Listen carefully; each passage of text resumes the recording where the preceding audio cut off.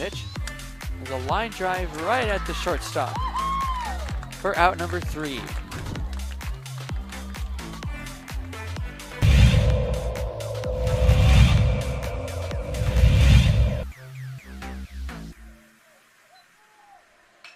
Apodaca ripped to left field. That will bounce in, so it's going to be extra bases as they'll have to chase that one at the wall in the warning track. Flipped up, there's no play at home. So it's an RBI double for Andrew Apodaca.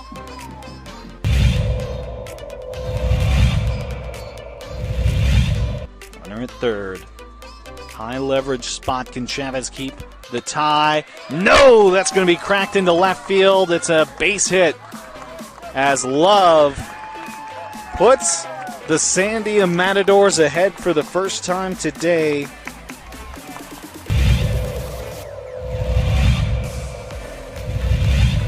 The 0-2.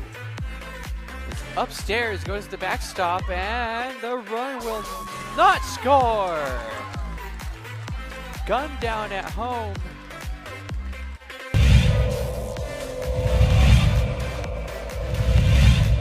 Chavez rocks and fires. Ahmed, that's going to be an RBI for Ahmed as that one right through the gap in right center. Petrie will scoop that one, and it's looking like a triple as Ahmed plugs into third base, and what a way to score that run for the Matadors. Coach Romero barking out his orders there to his.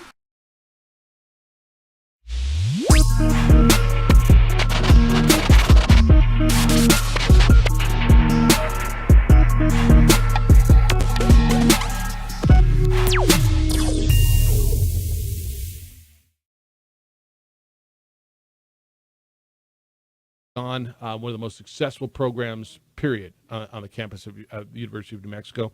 Who's the new guy? You'll meet him at 7:30. 8 o'clock, we'll red zone this thing. Take on the top 4 topics that DC throws at us in the National Football League here on the Sports Animal. 8:30, Brady Hoke, San Diego State's coach. I mean, they're right in the middle of this whole thing. They are, I don't know. I don't know if they're the premier program in this league, but they're certainly the program in this league because of basketball, because of what they've done consistently, football that's getting the most attention. We're going to have a conversation with San Diego State's coach in football, Brady Hoke. That's at 8:30. When we come back, we'll talk some NFL, the big stories in the National Football League this morning. Joe Mixon, pay cut was a sacrifice, he says, and we thought he was going to jail. Now this running back's going to New York to explain what he did in Vegas and when he knocked out that dude. The running back for the Saints is going to meet with the commissioner, what he's going to say. It's the opening drive on 95.9 FM and AM 610 Sports Animal. It's time for kickoff, and the Believe podcast will get you.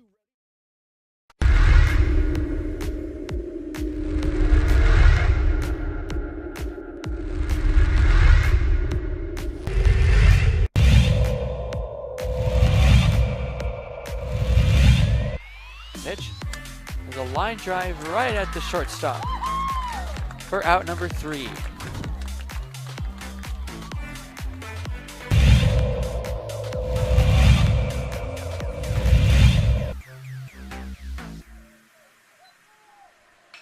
Apodaca ripped to left field.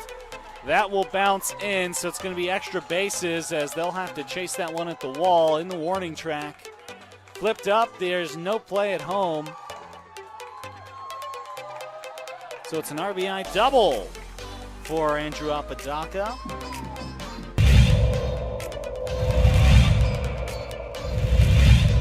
Runner at third. High leverage spot. Can Chavez keep the tie? No, that's going to be cracked into left field. It's a base hit as Love puts the Sandia Matadors ahead for the first time today.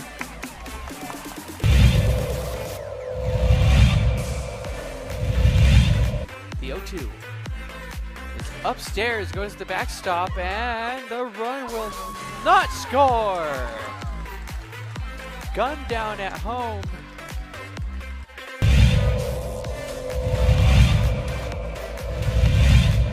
Chavez rocks and fires. Ahmed, that's going to be an RBI for Ahmed as that one right through the gap in right center.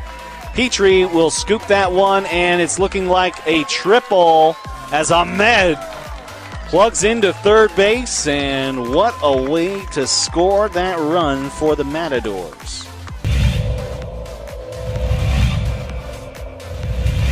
Coach Romero barking out his orders there to his players. He's been around the game for a long time. Nice shot to center field. That'll bring runners in. Just like that, La Cueva will bring 3 runners in to go up 3-0. Runner advances to third.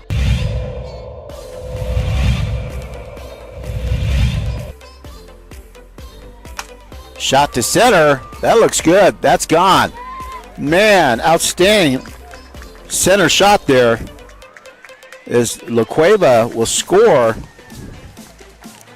Antonio Lucero, second baseman, quite the hitter.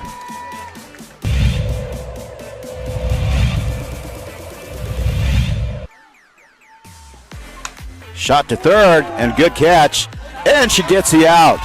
Outstanding play by Trinity Bazan. Nice bright spot.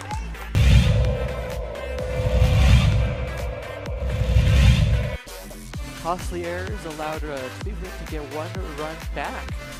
That one sent on the ground to the left side. Throw to first in time. Throw home. Got her! Whoa, what a play!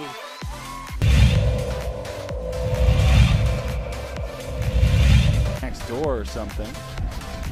Not sure, but they came out here, and Ellison cracks an RBI out to left field. That's where you got to do it.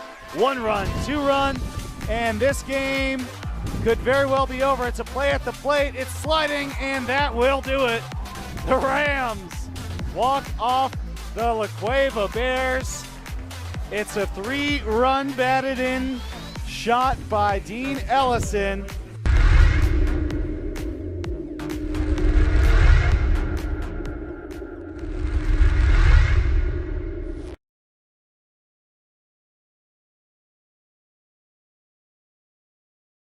We would like to thank the following sponsors for making this broadcast possible.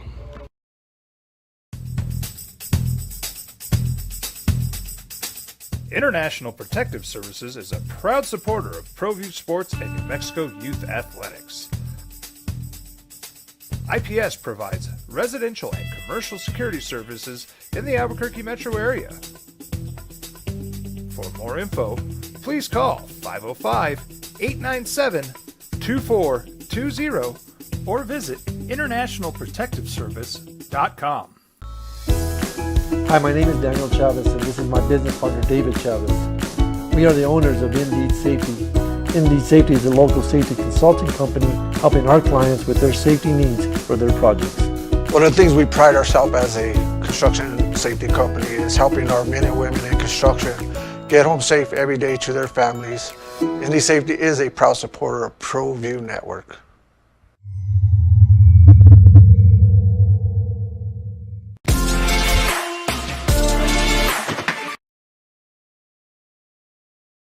Since the enchantment was knocked out. Great ending last night. Bleed Green played Friday Beers. Bleed Green. Why do I remember? That's the team that beat the Lobos team. They're the enchantment. Not the Lobos, the enchantment. Bleed Green hit a walk-off 3 with Elam ending. It was 65-65. Dude, bad possession. They just had to get a shot off. Dude launches a contested 3 with a guy in his face. Splash, ball game. Bleed Green's going to the championship against Heartfire. Heartfire, why do I remember them? Oh, that's the team that beat the Enchantment last year. So why do you care about the final? The 2 teams that have beat the Enchantment the last 2 years are playing for the $1 million tonight. It's kind of, I don't know if it's cool. It's kind of, I don't know, it hits home a little bit, doesn't it? Yes, it does. And this is such a fun tournament. All the stories you're learning about these teams when they hit home with their alumni bases, seeing what these guys are doing. And the Elam ending is fantastic for this, and I do think it's something that the NBA should look at when they're playing their in-season tournament. All right, NFL stuff. here on the Sports Animal, your home for the National Football League. We'll have your Thursdays and your Sundays and your Sunday nights and your Monday nights here on the Sports Animal. You like that? I mean, I got to work that into something. We need to cut a promo or something. I mean, we just kind of got to change one letter in our call letters, right? KNML. KNML. And if you say it real quick, it can be KNFL. But it's really KNML, like for legal stuff at the top of the hour. KNML Albuquerque. All right, Alvin Kamara. Remember Alvin Kamara is the guy who knocked out that dude in a Vegas nightclub for allegedly looking at his woman or whatever, and he was with his posse. They beat the crap out of that guy, so there was a plea deal at the beginning of July. So he's no longer facing the felony charge for his role in that fight. This was right before the Pro Bowl in February of 2022. He was with three other guys, including Colts cornerback Chris Lamons at the time. They were initially facing a felony charge of battery with substantial bodily harm. There was another misdemeanor charge of conspiracy. So his plea agreement reduced the charges to a misdemeanor of breach of peace. He was ordered to 30 hours of community service to pay the victim $105,000 for his medical bills. All right, so now he's going to go and plea his case to the commissioner why he should not be suspended. He's going to be in New York today. And his head coach, Dennis Allen, says, I think it shows initiative on Alvin's part to want to get out ahead of this and get his side of the story out in terms of visiting with the commissioner. So we'll see where it goes. We'll let the process play out, and we'll react to whatever it is. What's he going to tell the commissioner? Dude came up on me. Dude looked at my chick. The dude talked mess, and so we beat him to a pulp. What's he going to tell the commissioner? They've got the video. Sorry. I understand my actions, and I take full responsibility. I'm very remorseful, and I'll never do it again. It cost me $105,000. Well, sir, I mean, what's he get? 2 games for this? That was my initial thought. 2? Because why? He got charged with something. He pleaded because he embarrassed the league. Beat someone up. Because he beat the living crap out of a dude. Like, remember the pictures of the guy? Yeah. All right. He's lucky that he is one of the top backs in the NFL. Sorry. All right. Joe Mixon took a pay cut. He said, and Joe Mixon remembers a guy who had some problems. Remember, he in college, there's a guy that was caught in a fast food restaurant punching a woman. He's agreed to take a pay cut because he felt the sacrifice was for the better good. They restructured his deal, 4-year contract extension he signed back in 2020. His new cash value of $5.8 million is nearly $3 million less than 2022. And he said the bigger picture led him to agreeing the deal. Quote, I see the task at hand and what we're trying to build in order to keep other players here and pieces here, and sometimes you have to sacrifice. Mixon told, he said, I felt like this year was the year to sacrifice on the Super Bowl team we can potentially be, end quote. I mean, I don't know if you take him on his word. He took a pay cut. I don't know if it was, hey, dude, we're going to probably cut you after this. If not, they weren't going to cut Joe Mixon. Right. It's so nice to hear Joe Mixon cut his salary. I just wonder if Jamar Chase and Joe Burrow are on board. Are they going to so they can get more? I know. Are they going to be like, you know what? We're going to take a little bit less so Joe can get his. As Jamar Chase and Joe Burrow get ready to sign, $300 million, $100 million deals respectively. Well, all right. And Joe Mixon's like, hey guys, I took $3 million less. All right, but let's be very clear. For our roster. He's a running back. Okay. He had two incidents where he had guns. Right. One was a toy gun, but whatever. Throughout the offseason, the Bengals were relatively vocal on his status and his salary cap hit. Right. They wanted to restructure this. He's made a few public comments. He's been involved in 2 gun-related incidents. Back in March, a teenager was shot in the foot from his backyard, Mixon's, while he was playing with a toy gun around 8:30 at night. Nixon was a suspect. And then back in April, he was charged with misdemeanor aggravated menacing. Yeah, he was playing with a toy. Yeah. Pellet gun? Yeah. A Nerf dart? What are we talking about? I don't know. But then there was another one. I think this was, hey, dude, you're taking a pay cut. Now, you can go look good and make it. I mean, whatever. He took a pay cut, and this is what he said. So nice I'm not sure it was all on him. Right, now all of a sudden, Cincinnati Bengals can go sign what? What can you get for $3 million in the NFL? Yeah. Another backup running back? Yeah, you can get 2. You can get 2. Good on you. All right, Lobo's got a new golf coach. So men's golf has been one of the most successful programs, period, at UNM. Glenn Milliken left a couple weeks ago. He went to Missouri after a lot of years over at UNM. The new guy's got a big role to fill, big shoes to fill. Who's the new guy? His name's Jake Harrington. He comes from Arkansas Little Rock, and you're going to meet him next. And I'm going to ask him how he intends to keep the pace and the standard and the NCAA tournament appearances going at UNM. You'll hear what he says next on the opening drive on 95.9 FM and AM 610, the Sports Animal. Things are pretty good so far this Thursday morning. I-40 and I-25 are moving along really well. Bridge Street eastbound slow. We would like to thank the following sponsors for making this broadcast possible.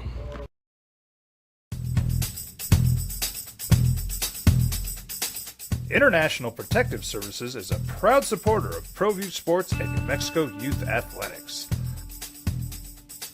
IPS provides residential and commercial security services in the Albuquerque metro area. For more info, please call 505-897-2420 or visit internationalprotectiveservice.com.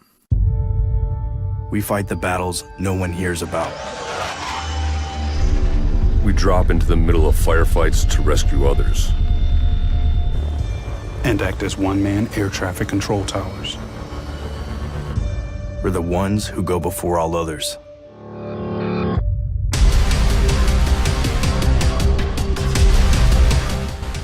U.S. Air Force Special Warfare are proud supporters of ProView Sports. These are more than just the sounds of a safe place to go after school. These are the sounds of interest being ignited and of mentors making an impact. At Boys and Girls Clubs, we don't do just one thing. We do whatever it takes to meet the needs of every kid who comes through those doors. Because whatever it takes is what it takes to build great futures. Great futures start here.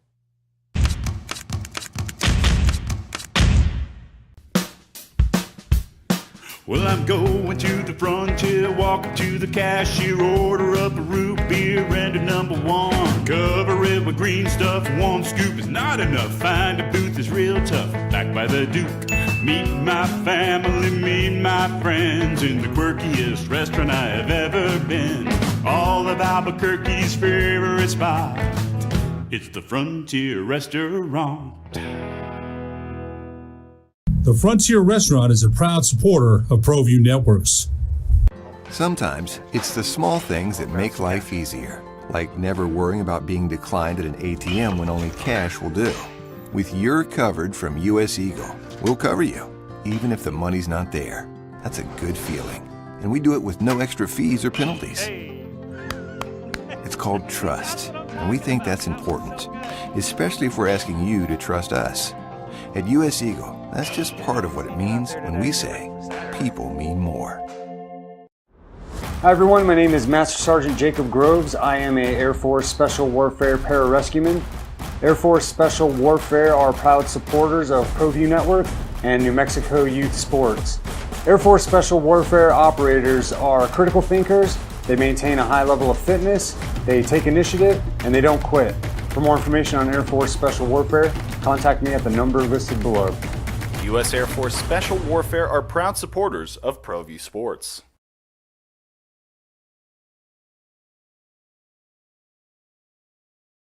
We would like to thank the following sponsors for making this broadcast possible. ProView Networks would like to thank the following sponsors for making this broadcast possible. Hans Whitler Automotive, German car maintenance and repair in Albuquerque, New Mexico. Call 505-294-7684 or visit HansWhitlerAuto.com.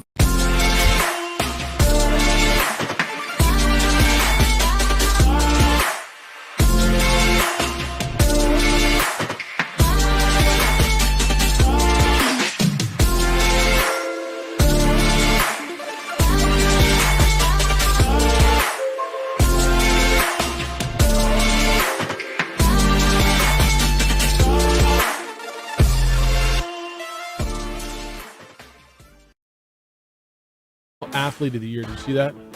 At the University of New Mexico for the Mountain West Conference. I think they own that award, don't they?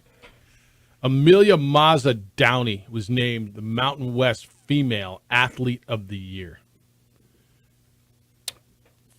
Olympic sports pretty good. Oh, great. Pretty good. Track cross country star. She's now graduated with her degree in psychology. 2022 Mountain West Female Cross Country Athlete of the Year. In 2023 Mountain West Female Cross Country of the Year. She earned 4 All-America honors in cross country and an indoor track and field and an outdoor track and field. It's tremendous. The opening drive, Jeff Symbieta and JJ Buck. We'll get back to your phone calls coming up here in a few minutes. So one of the most successful programs, and you just said Olympic sports. I don't know. Well, this would be an Olympic sport because it's in the Olympics, but men's golf has been one of the most successful programs, period, on that campus for the last 2, even 3 decades. You go all the way back to Coach Fields. And then what Glenn Milliken did for the last almost 2 decades at UNM has been sensational. And Glenn's one of our favorites. And a couple of weeks ago, Glenn Milliken took the job at Missouri, and they had big shoes to fill. They did a national search, and Jake Harrington is the new men's golf coach over at the University of New Mexico, comes over from Little Rock. And I know so many of you love that program over there and are vested in that program, so you now get to meet the new head coach of Lobo Men's Golf. Jake Harrington joins us on The Sports Animal. Good morning, Jake. How you living? I'm doing great, guys. Appreciate you spending a few minutes with us. Hey, this is a from our perspective, a really good job. When you look at it nationally, you're coming from Little Rock. Obviously, you liked it enough to take it. But how is this job perceived on a national basis? I mean, it's perceived very well. You said it in the lead-up is the history of college golf. I mean, you look at the past coaches, it's the fabric of what college golf's all about. Dwayne Knight was one of my mentors coming out. He won a national championship. Coach Fields, a good friend of mine, he's won a couple national titles. JT Higgins won a national title. Glenn Milliken has done an incredible job the last 22 years. And everybody knows that, yes, we are not Power 5, but you better watch out because we're right up there at the top and we can play with anybody. Yeah, I wonder about the Power 5 label when it comes to this because I watched this program. and honestly, Jake, I mean, Glenn's a good friend. Glenn's one of my favorites. And you got big shoes to fill. When you look at it, is it facilities? Is it where you are in the world? Is it why can you continue this and grow it at the University of New Mexico and continue to play at that level? Well, it's a combination of everything you just said. I mean, the facilities are great. You have the UNM Championship Golf Course that has hosted national championship, NCAA regionals, Korn Ferry Q School. The proximity of where it is, you fly into Albuquerque and you have a 5-mile footprint right there where you have the golf course, the school, and everything around you. You need to be successful. But not just that. When I've talked to Coach Fields, when I've talked with Glenn, the resounding thing is the community. And that community there in Albuquerque wraps their arms around this golf program because of its history, but because you've had great human beings that run the program. And they network and they love on the community.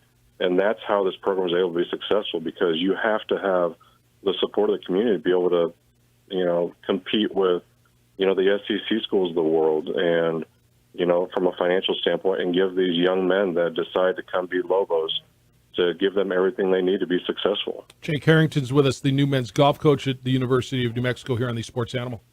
Well, Jake, a stranger to the Southwest, having competed at South Mountain Community College in Phoenix. What is golf in the Southwest like when you look at, moving forward? And I know it's an international game as well, and there's been so many international players at the University of New Mexico, but when you look at the young kids that you're trying to connect with and get them to now commit to the University of New Mexico, how do you start building those relationships? Well, the good thing is I'm from Arizona, so that's where my roots are. Everybody in Arizona knows who I am, knows who my family is. I spent 35 years of my life there, so I'm no stranger to the Southwest. Up until the fact that I came in for an interview, I'd never been to Albuquerque, believe it or not. So, but pleasantly surprised that my wife and I were driving around. It reminded us a lot of Arizona, and you get these young men that are competing in New Mexico and Arizona, Texas, and even over to California and that part, that you get them. The Southwest sells itself. It's got incredible weather.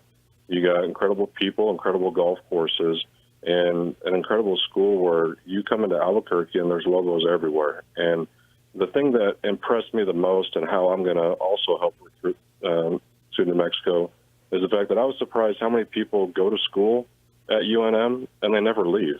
They love the place that much. They love the people that much that they stick around, and they're a big part of our success. Jake Harrington, new Lobo men's golf coach, joining us on The Sports Animal. I know it's noise for a lot of coaches because it's out of your hands. When you sit back as a Division I coach and you see all these stories about where these teams are going, what conference is this, what conference is that, what's it like just watching that unfold as a D1 coach? I mean, it's nerve-wracking because you never know where you're going to end up. I mean, you can be in any conference on any given week, it feels like. And, you're seeing that a lot with, speaking of the West Coast, the Pac-12. I mean, who knows what's going to happen there? And that's just how it is with the fabric of NCAA sports right now. And, we can't control that. And that's one of the things I always preach to my guys, control what you can control. And we're going to put our heads down and go. And the good thing is it doesn't matter what conference we're in, we're going to win. And, in golf, we're different than anybody else because we don't compete with a conference schedule. So as coaches, we use our relationships to build our schedules, and we travel all over the country, just like Glenn's done.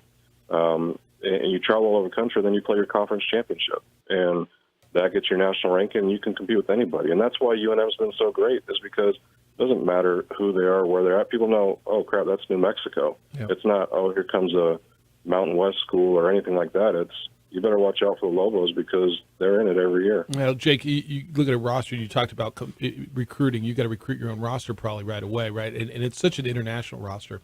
France and Spain and Venezuela and Australia, let alone the States. And then you got to recruit the guys that I know you got at least one local in Clark Sonnenberg who had committed to Glenn. But Bastian Amott had a great relationship with Glenn. He's a junior. He played in the U.S. Open. Carson Herron had a terrific season. He's a sophomore, had a great relationship with Glenn. Did you feel like you have to recruit? Are you in the process of having to re-recruit your own roster and figure out what you've got, or are you pretty secure with that?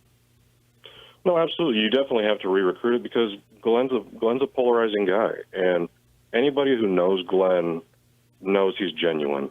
And they love him, and that's why kids also attended the University of New Mexico, and that's why they're going to attend Mizzou, and Mizzou is going to be a great school because of Glenn. And once people get to know him, they know he's an incredible human being.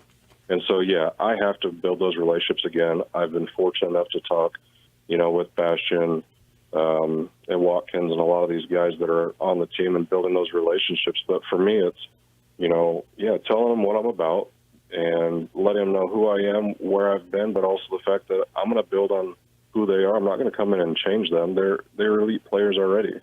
So my job is to come in, make them comfortable, and make sure they have the best, in Bastian's case, the best year of his life, when I come in. And these other guys, the best 2, 3, 4 years of their lives, and know that we're not going to miss a beat when it comes to the fact that you have a coach that's going to take care of you, that cares about you. And when you come to New Mexico, you're family, and that's not changing. I think one of the things that you said, Jake, that's going to make, and I know the people who support Lobo Golf are super loyal. They've known all the coaches. They've played golf with the coaches in the past. The fact that you've got relationships with those guys probably puts a lot of people at ease right now. They probably didn't know who Jake Harrington was. They read your press release and didn't know who you were. But the fact that you know all those guys, look, I mean, Glenn's responsible for a lot of my game. He's the reason I'm hitting the clubs I hit. He taught me. I was playing with him in a tournament, and I'm like, what do I do now? I was right in front of a bunker, short-sighted, and he taught me the shot, and I'm like, wow, I use that shot more, play it off the front, open up your 60 degree and hit it, and he taught it to me, and I'm like, wow, okay. But everybody's got that story, right, around here. The fact that you've got those connections, I'm going to guarantee you, if you keep those up, Jake, that's going to mean a lot to those people who support this program. Well, not only to them, it means a lot to me, and that's one of the reasons, honestly, I took the job. Yes, it is a great job. Yes, it is back in the Southwest, 6.5-hour drive from my home in Arizona and where my wife's family is. But it's the fact that I know Glenn very well. We're both on the NCAA National Committee together.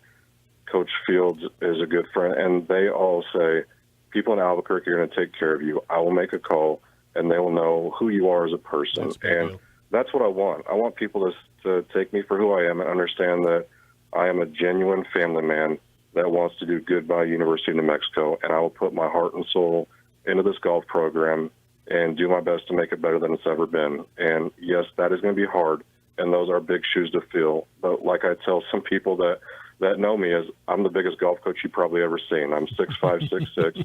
I can fill Glenn's shoes. Maybe not as him as a person, but you give me that, and I'll do you proud, because I'm a genuine person. I'm a family person, and I love what New Mexico is and it's all about. They just got to order double X's instead of mediums for the coaches' room. You're darn right they do. I don't have the hair piece Glenn has, but I'm a big coach. He does. He does. I have hair envy there too. Hey, it's good meeting you on the phone. Look forward to meeting you in person. Congratulations on this gig, and good luck with this. Thank you, guys. Thanks for having me on. Appreciate you, Jake. Jake Harrington is the new head golf coach. I'm going to tell you, and I know obviously I run in that world a little bit more. The people were devastated when Glenn left. Like, I mean, there were a couple guys that were almost in tears. That's how close they were to Glenn and what he meant to this community. The fact that he knows Coach Fields and all these guys in the past and can embrace it, that's a good start. No, Glenn taught me the flop shot. I didn't know what to do. I was short-sided right in front of the bunker. Pin was right on the other side. I was playing with Glenn. And he's like, here's the shot. Open up your 60, play it off your front foot, open up just a bit, take kind of a full swing, and I'm like, whoa. I use that shot all the time. All right, when we come back, a mentor? Aaron Rodgers? He's going to mentor who? Yes. It's the opening drive on 95.9 FM and AM 610, the Sports Animal. This report.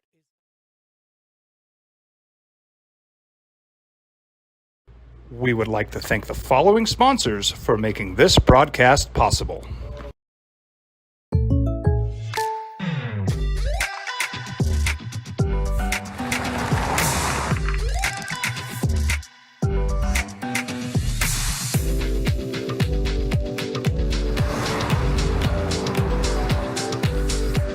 For your surprisingly great rates, contact your local State Farm agent today. If you want the real deal, call State Farm agent Marty Size in Albuquerque today. Like a good neighbor, State Farm is there. Hi, my name is Daniel Chavez, and this is my business partner, David Chavez. We are the owners of Indeed Safety. Indeed Safety is a local safety consulting company helping our clients with their safety needs for their projects. One of the things we pride ourselves as a construction safety company is helping our men and women in construction get home safe every day to their families. Indeed Safety is a proud supporter of ProView Network.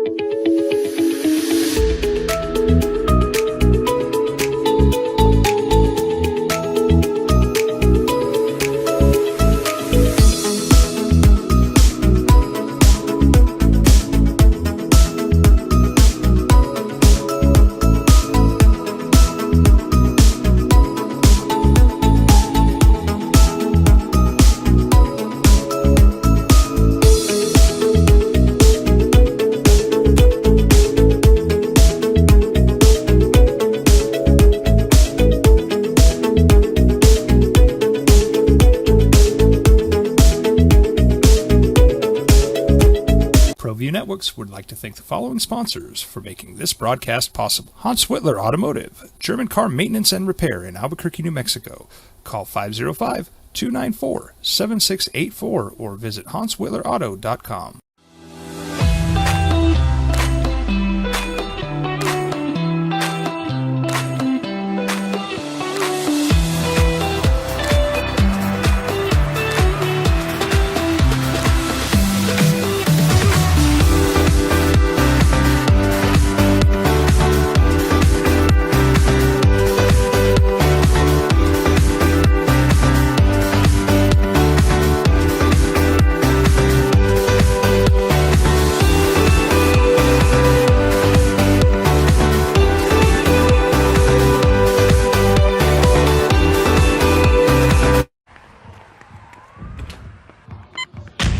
These are more than just the sounds of a safe place to go after school.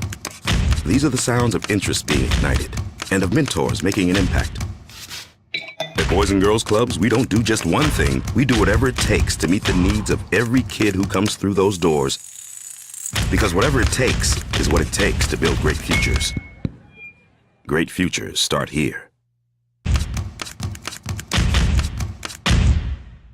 As a mom, I try to make the best choices for my family and our health. That's why I choose Western Sky Community Care. It's a Medicaid plan with quality health coverage and special benefits like Boys and Girls Club membership credit, additional dental benefits, and wellness and support programs. I decide which Medicaid plan is right for us. I choose Western Sky Community Care. Learn more about Western Sky Community Care by visiting discoverwesternsky.com today.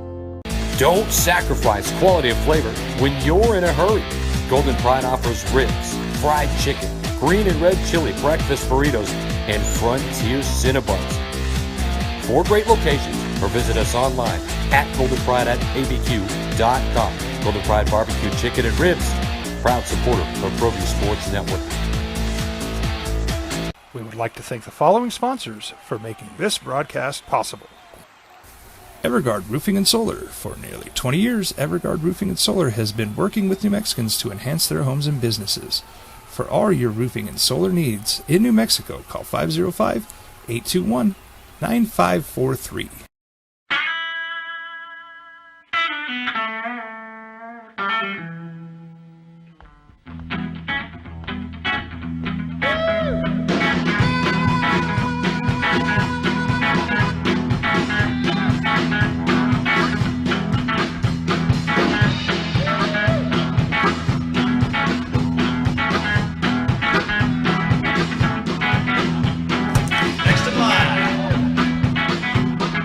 Rudy's is a proud supporter of ProView Networks.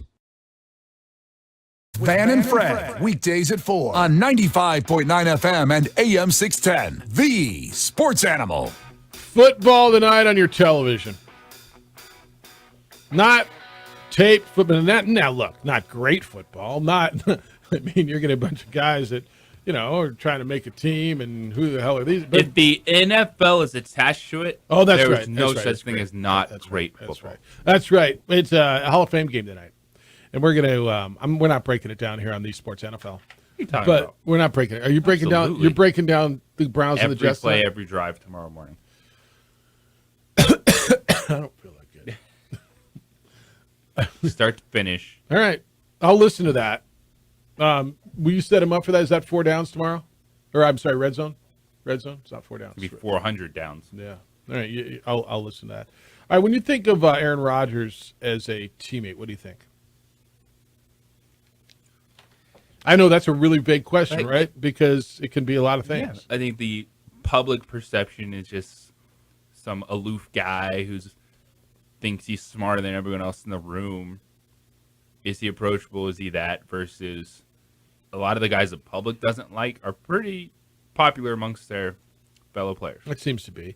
I don't know what Jordan Love thinks of him, and we may not know until the 30 for 30 comes out, right? I mean, Jordan Love has said nothing but good things publicly, correct? That's correct.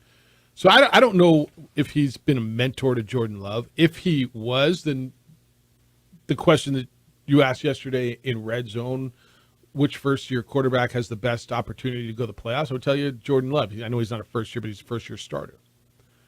So when I saw this, Aaron Rodgers says that he wants to be a mentor to Zach Wilson to help him grow into the kind of quarterback that he can be. I was like, whoa, wait a minute. Zach Wilson, the guy who said, yeah, you bring in another quarterback, I'm going to make his life a living hell every day. All right, Aaron. Unless that man is Aaron Rodgers. How's that been? Has your life been living hell every day, having to compete with Zach Wilson? Oh, probably not. I think everybody. Can I tell you this? And I think time's going to show this. Best thing that happened to Zach Wilson was Aaron Rodgers came in, because now nobody's talking about that fool. Nobody's talking about how crummy he was. Nobody's talking about how he got with his mom's best friend. Nobody's talking about like just the clown act that he kind of turned into. Who's their back? Oh yeah, that guy. Like, you bring up his name. From that regard, but it's also the worst possible thing. Well, why? Because Aaron Rodgers is talking he wants to play 2 or 3 more years. Okay. That is the rest of Zach Wilson's rookie deal. Yep. And then they're going to be like, all right, now what? we're going to... All right, so somewhere in there, Zach Wilson's going to play a little bit. Somewhere in there, Zach Wilson's going to play a little bit. He is. Now, I know Aaron Rodgers never misses games, but at 39, 40, 41, Zach Wilson's going to get a chance, and they're going to get to see him. Quote from Aaron Rodgers about Zach Wilson. Remember Zach Wilson, the quarterback from BYU. I hope this time for him is like a deep inhale and exhale, and he can really take a breath and pause and deal with the disappointment of last year and the frustration and then channel it. I feel like he has. Just re-channel it as a positive and focus on the opportunity in front of him to learn with a guy who loves and cares about him and wants him to be great and wants him to do incredible things every day and be better. End quote.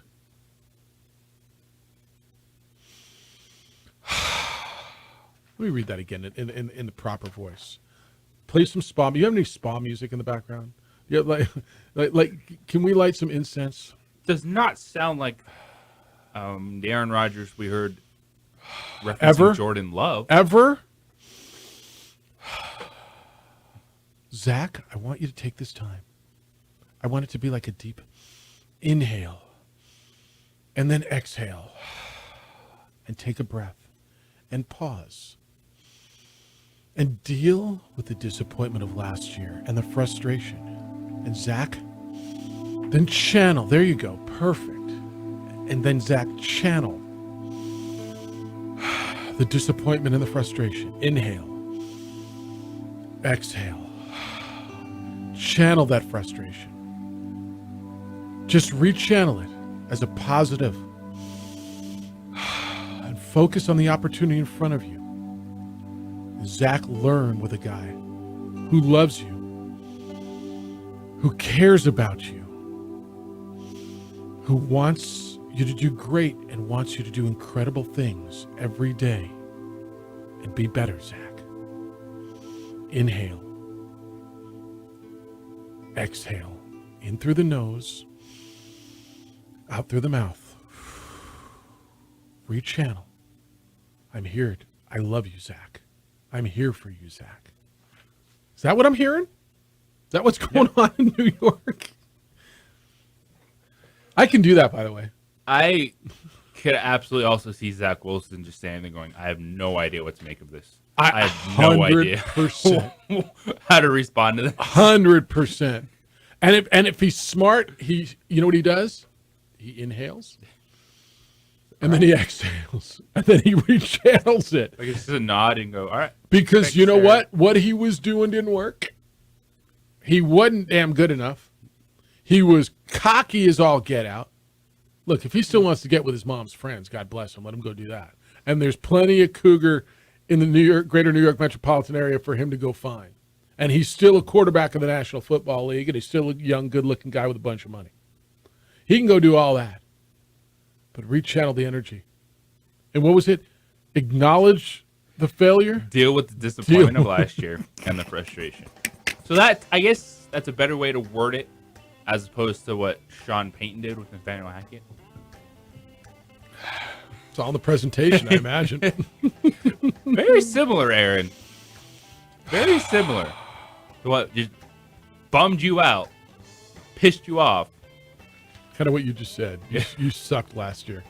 Might have been the worst quarterbacking job ever. But I said it differently. Deal with the disappointment and rechannel it into a positive with someone who loves you and wants you to be better. It's all in the messaging. When we come back, it's Red Zone time for big topics in the National Football League. And what do we think about that? You want Red Zone? You got Red Zone. It's next on 95.9 FM and AM 610, the Sports NFL. The Jim Rome Show. It's been more than 2 months. We would like to thank the following sponsors for making this broadcast possible.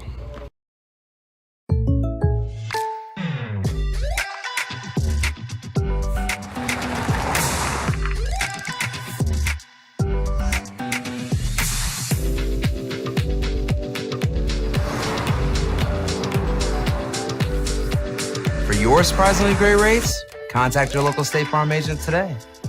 If you want the real deal, call State Farm agent Marty Size in Albuquerque today.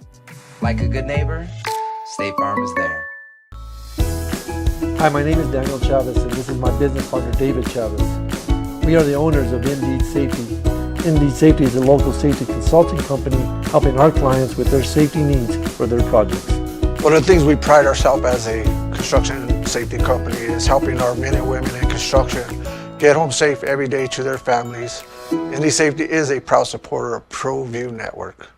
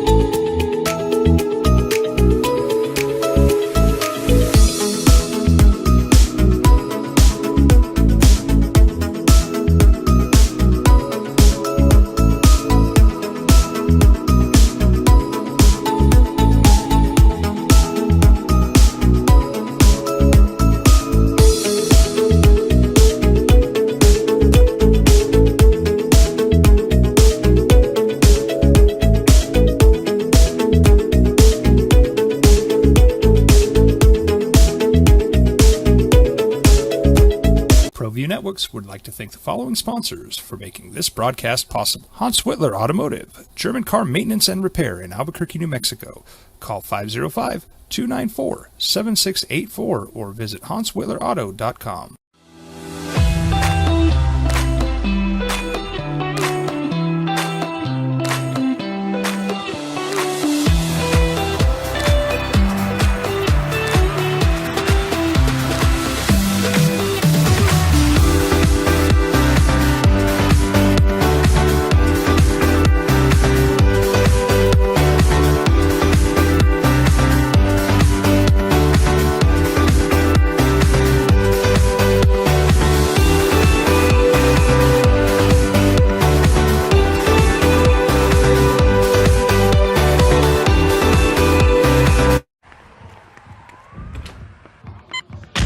These are more than just the sounds of a safe place to go after school. These are the sounds of interest being ignited and of mentors making an impact. At Boys and Girls Clubs, we don't do just one thing. We do whatever it takes to meet the needs of every kid who comes through those doors. Because whatever it takes is what it takes to build great futures. Great futures start here.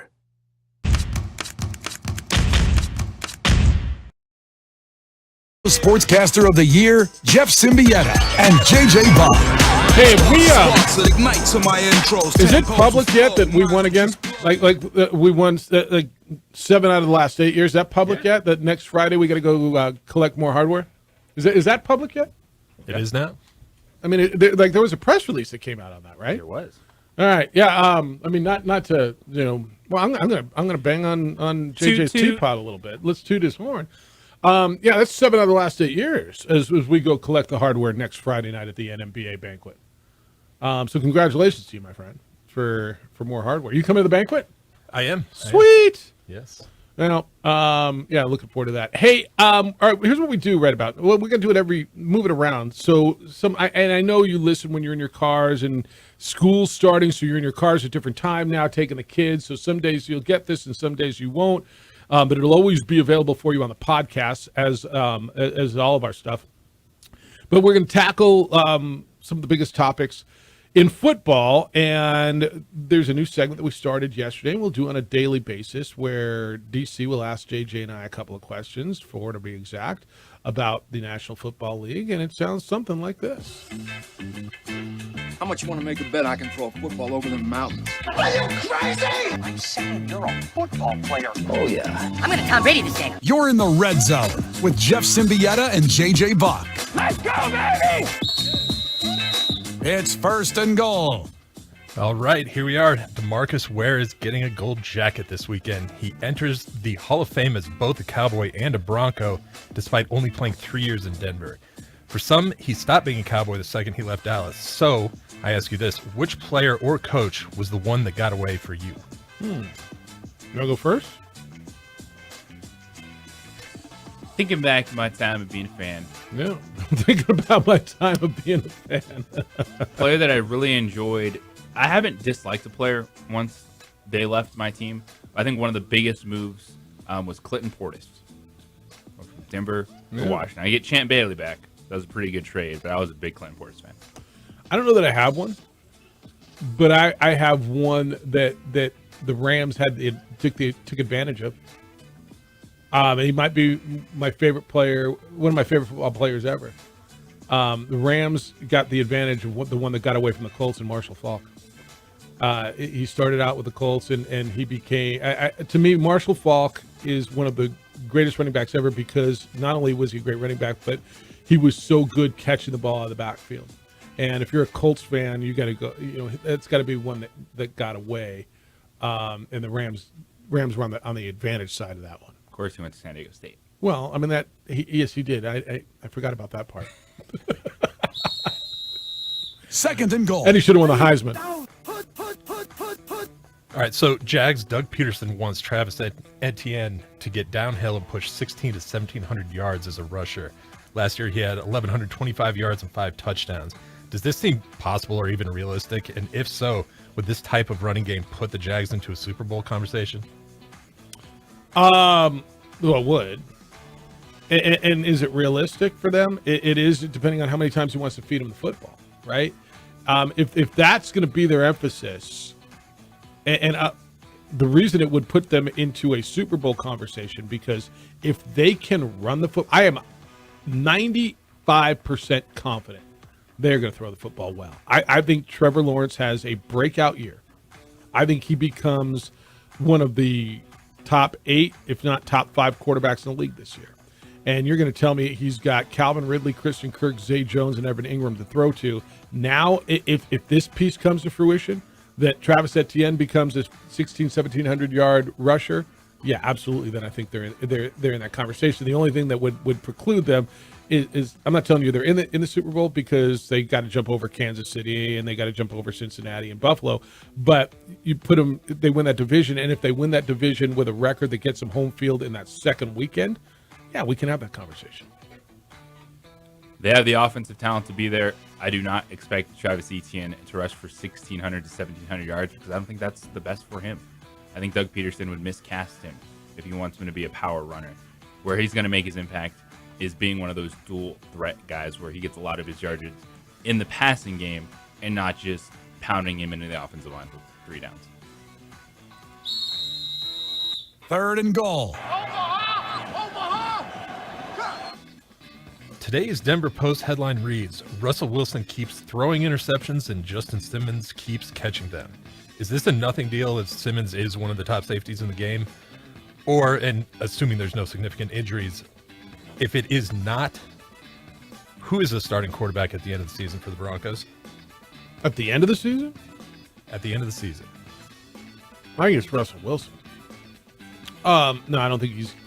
Does this surprise me at all? No, but what are your choices? Jarrett Stidham and Ben DiNucci. So it's going to be Russell Wilson at the end of the season. But you're going to tell me Russell Wilson's throwing interceptions, and you know where I am on this. I just don't see how he's going to be the guy that Sean Payton tells me he's going to be, and it's not going to be all Nathaniel Hackett's fault. And if I'm wrong, I'll sit here and eat the crow. But you're telling me Russell Wilson's struggling in practice, and I'm going, yeah. There's no surprise to me, but I do believe that they're going to ride this thing out. Unless he gets injured, I think they ride him out. And what are they going to do? They're going to audition Jarrett Stidham for the job next year? If they are a 4 or 5-win football team, Jarrett Stidham will be starting the final few games of the season for the Broncos.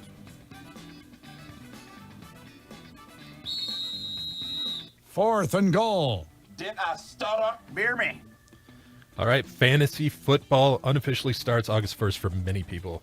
I personally think drafts should be as late as possible, as close to the start of the season, but some disagree. I ask you guys, how far before the start of the NFL season should a league hold their draft? I am all about the Labor Day draft.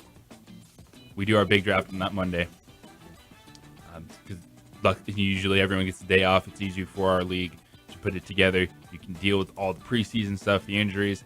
I know there's a lot of fantasy football talking heads out there that they want to do it early so they can stay ahead of the trends. Let preseason play out and then do your draft. I like later too, and I'm in I've got all of them. I got one league on Labor Day weekend.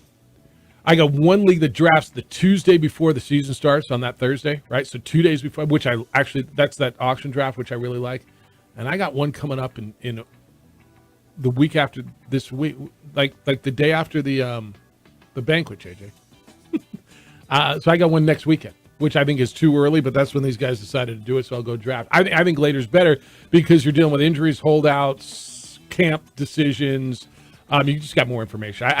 I think later's better, but I mean, the other piece is you got to get 14 fools to decide on a time, and that's really hard to do, isn't it? I mean, you know.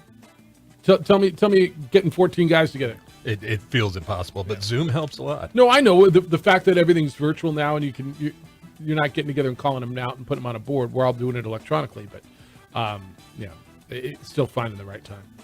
Here we go. This could decide the game.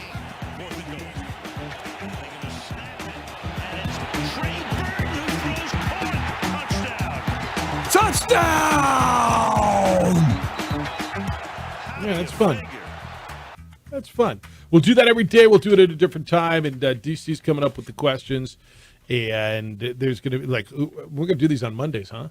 Mondays coming off like Overreaction Mondays, that first Monday. Like everybody loses their bleeping mind.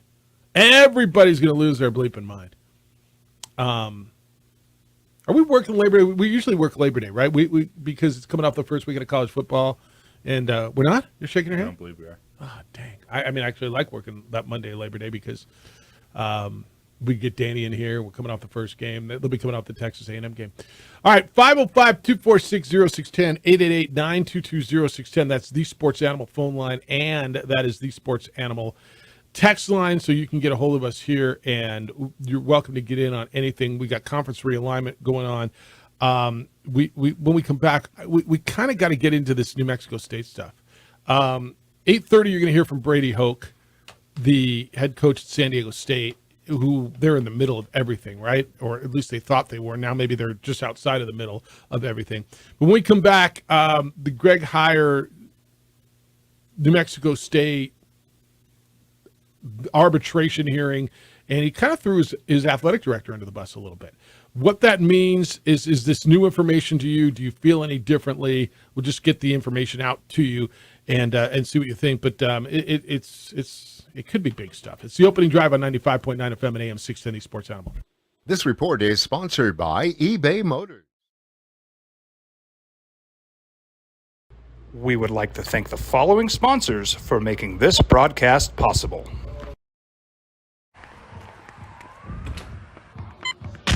These are more than just the sounds of a safe place to go after school. These are the sounds of interest being ignited and of mentors making an impact. At Boys and Girls Clubs, we don't do just one thing. We do whatever it takes to meet the needs of every kid who comes through those doors.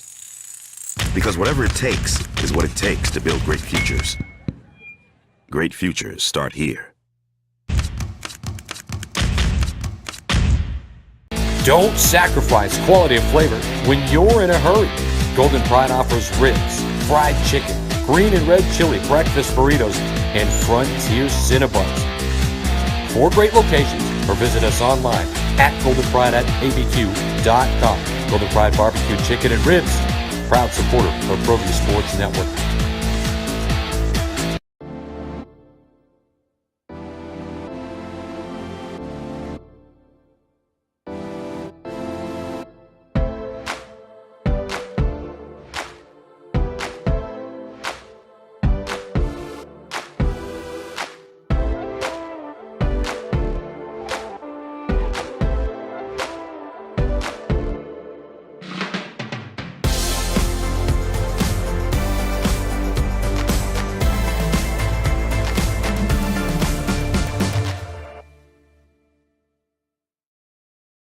We would like to thank the following sponsors for making this broadcast possible.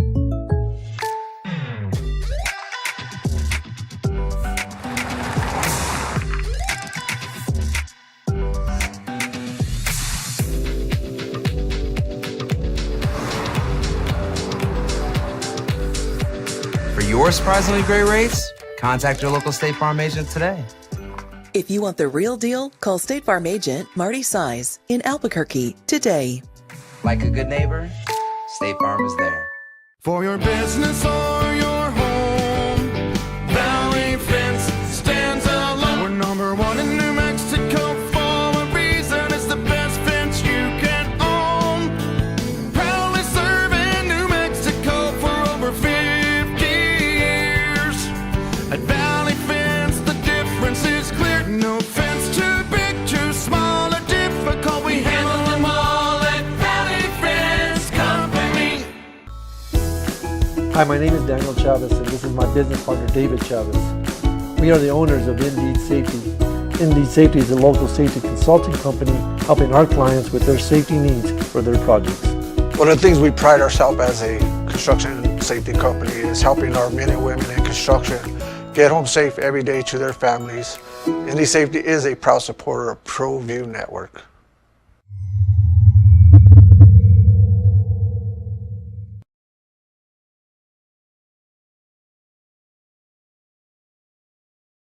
We would like to thank the following sponsors for making this broadcast possible.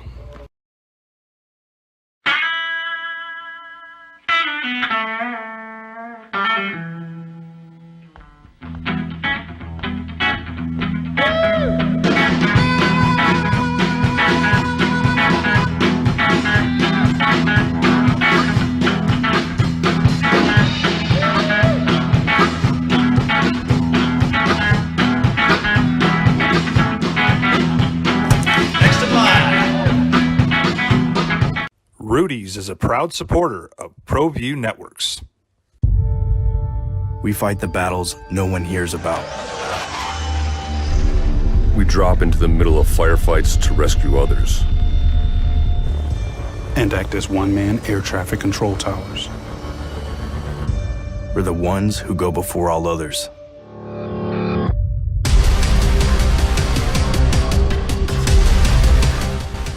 U.S. Air Force Special Warfare are proud supporters of ProView Sports.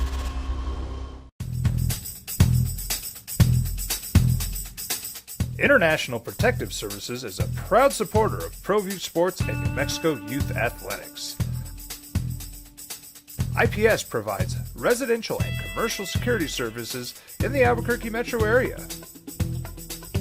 For more info, please call 505-897-2420 or visit internationalprotectiveservice.com.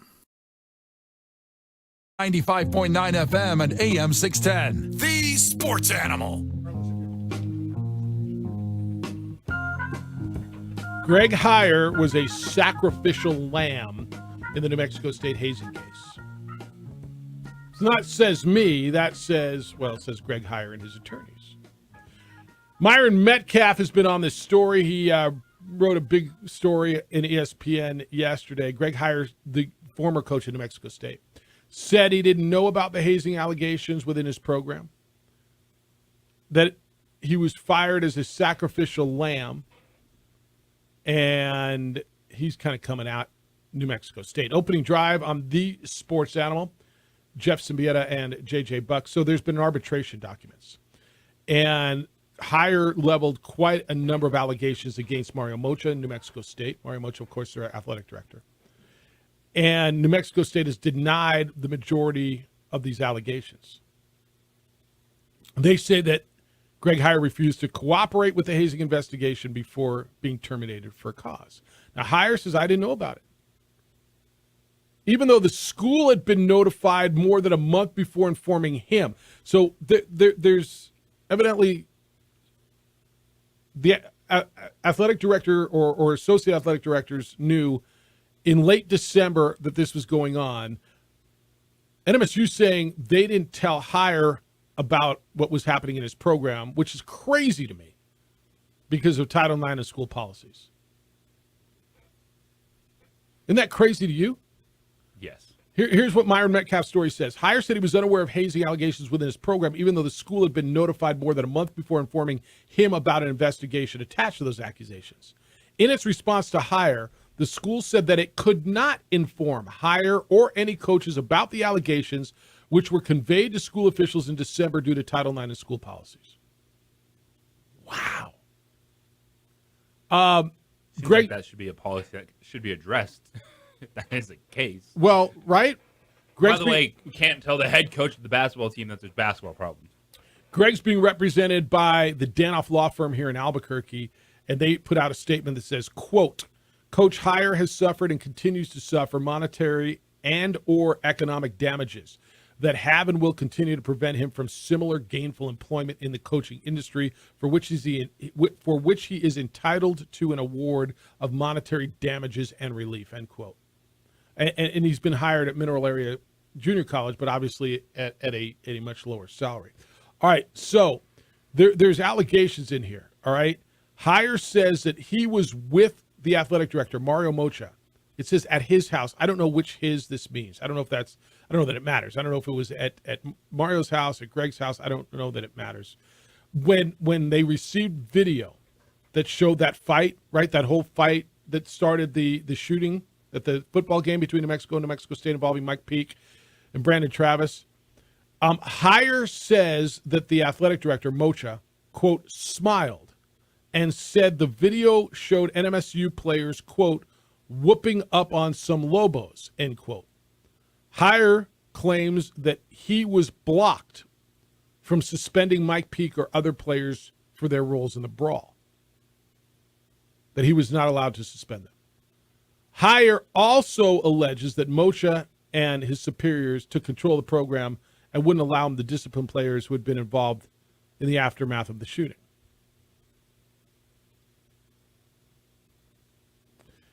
Following the shooting, Greg Hire says, the coach, that he wanted to suspend and discipline the players who had been seen on the video on campus with Mike Peake. Greg Hire says his athletic director, Mario Mocha, told him, quote, we just need to win, win, win. This will all go away, but we do not need any more bad media at this point. We are on thin ice, getting thinner, end quote. Again, allegations from Hire. Not proven, not disproven, now out there. Again, if that, do you feel any differently if that's in fact the truth?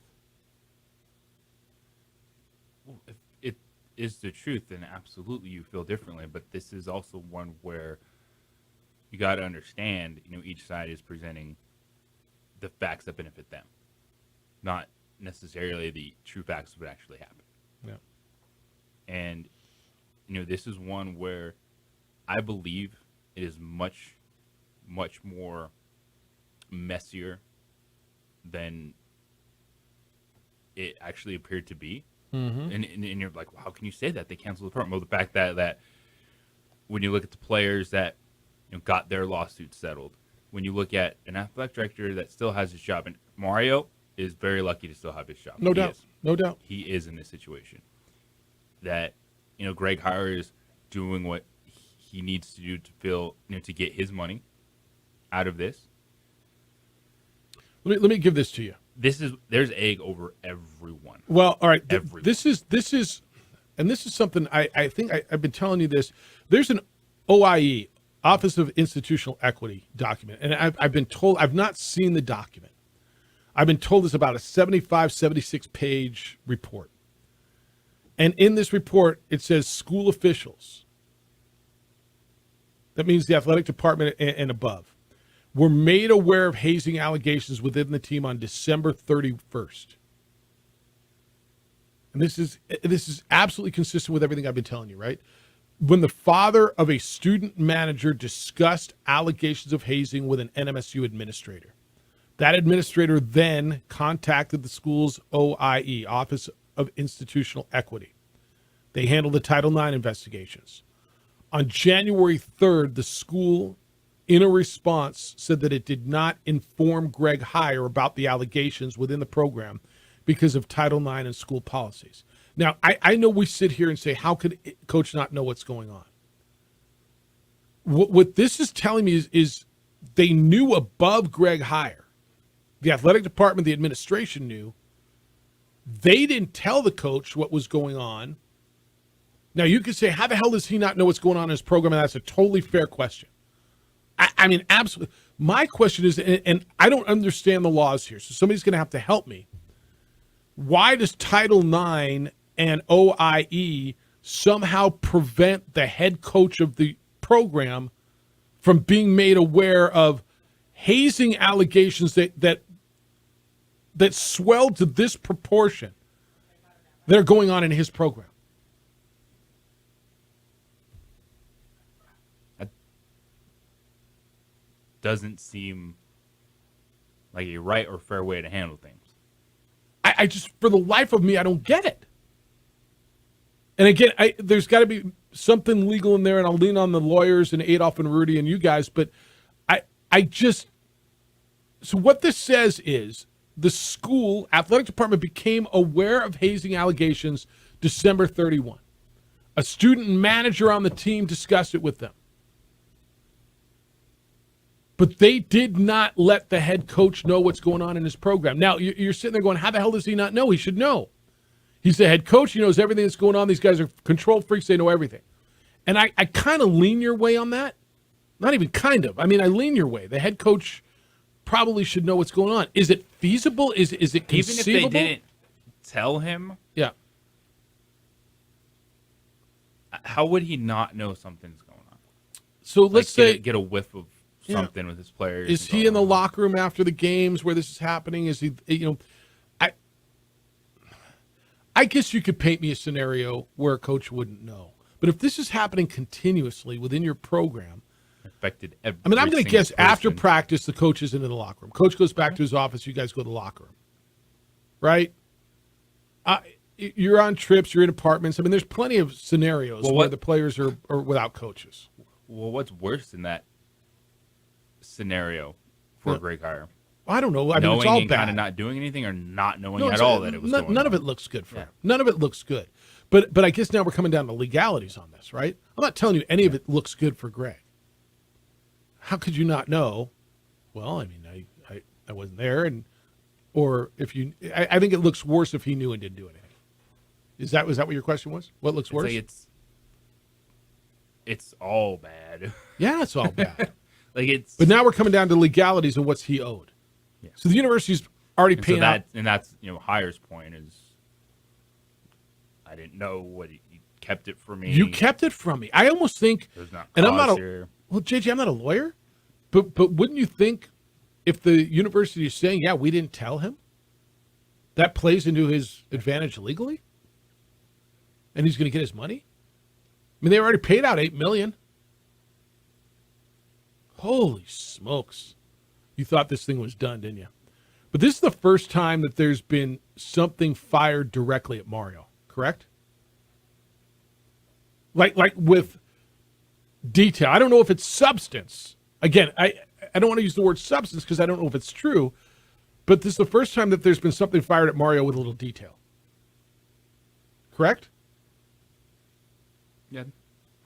You're talking about the details other than just being the athletic director and need to know what's going on in your department. Yeah. All right, so that's the latest that's going on there, and that's going to continue to play out. You're going to, I think everybody's going to start accelerating on that. All right, next on the Sports Animal, we continue our Mountain West Conference college football preview. Brady Hoke is San Diego State's head football coach. San Diego State embroiled more than anybody in this league in the middle of all the conference realignment. Meanwhile, they're one of the best programs in the league. So we're going to hear from him how he handles all the chatter, what's he doing with his team to focus, and what's his thoughts about potentially moving to another conference. We're going to hear from Brady Hoke when we come back. You got an alarm at your business. Security cameras, it's not enough. You got an alarm at your home. Security cameras, it's not enough. Call IPS. I did a long time ago. They protect my home. It gives me peace of mind, my family peace of mind, my neighbors so much peace of mind. They, too, have now hired IPS. They are private security, affordable private security that keep the bad guys away. Don't wait to be a victim of vandalism or theft. IPS offers you standing guards or 24-hour patrols to protect your home, protect your business. When alarms go off, they respond quickly. Within 5 to 7 minutes, they're there to help prevent loss and damage to your property. It is private security, and it can save you money. 505-897-2420. 505-897-2420 or online at ipsglobal.com. IPS is making Albuquerque a better and a safer place to live and work. This message.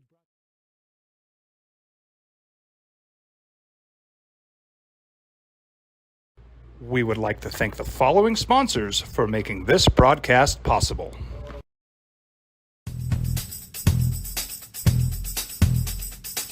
International Protective Services is a proud supporter of ProView Sports and New Mexico Youth Athletics. IPS provides residential and commercial security services in the Albuquerque metro area. For more info, please call 505-897-2420 or visit internationalprotectiveservice.com. Hi, my name is Daniel Chavez, and this is my business partner, David Chavez. We are the owners of Indeed Safety. Indeed Safety is a local safety consulting company helping our clients with their safety needs for their projects. One of the things we pride ourselves as a construction safety company is helping our men and women in construction get home safe every day to their families. Indeed Safety is a proud supporter of ProView Network.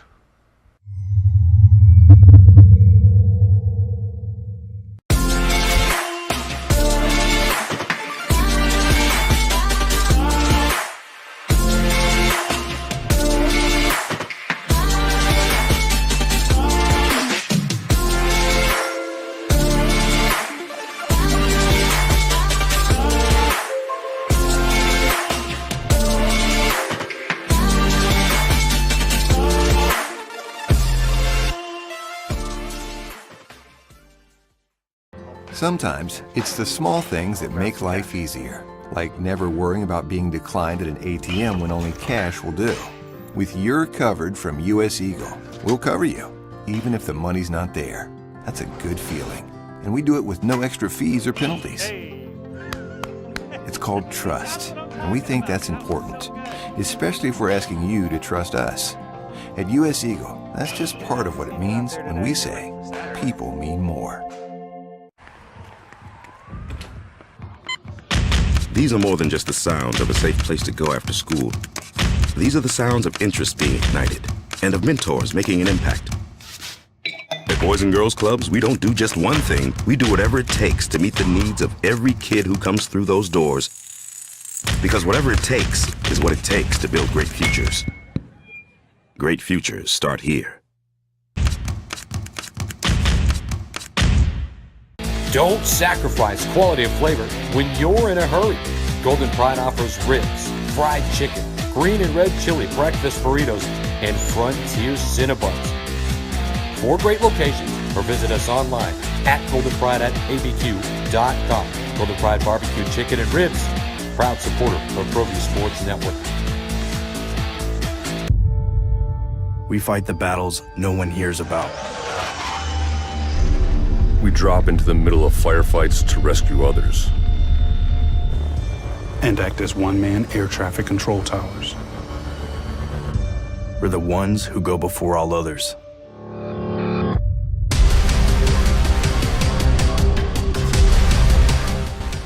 U.S. Air Force Special Warfare are proud supporters of ProView Sports. Hi everyone, my name is Master Sergeant Jacob Groves. I am a Air Force Special Warfare pararescueman. Air Force Special Warfare are proud supporters of ProView Network and New Mexico Youth Sports. Air Force Special Warfare operators are critical thinkers. They maintain a high level of fitness, they take initiative, and they don't quit. For more information on Air Force Special Warfare, contact me at the number listed below. U.S. Air Force Special Warfare are proud supporters of ProView Sports. As a mom, I try to make the best choices for my family and our health. That's why I choose Western Sky Community Care. It's a Medicaid plan with quality health coverage and special benefits like Boys and Girls Club membership credit, additional dental benefits, and wellness and support programs. I decide which Medicaid plan is right for us. I choose Western Sky Community Care. Learn more about Western Sky Community Care by visiting discoverwesternsky.com today. International Protective Services is a proud supporter of ProView Sports and New Mexico Youth Athletics. IPS provides residential and commercial security services in the Albuquerque metro area. For more info, please call 505-897-2420 or visit internationalprotectiveservice.com.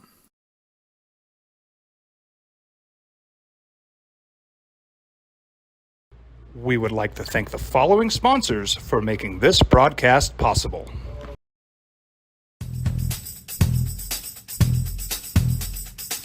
International Protective Services is a proud supporter of ProView Sports and New Mexico Youth Athletics.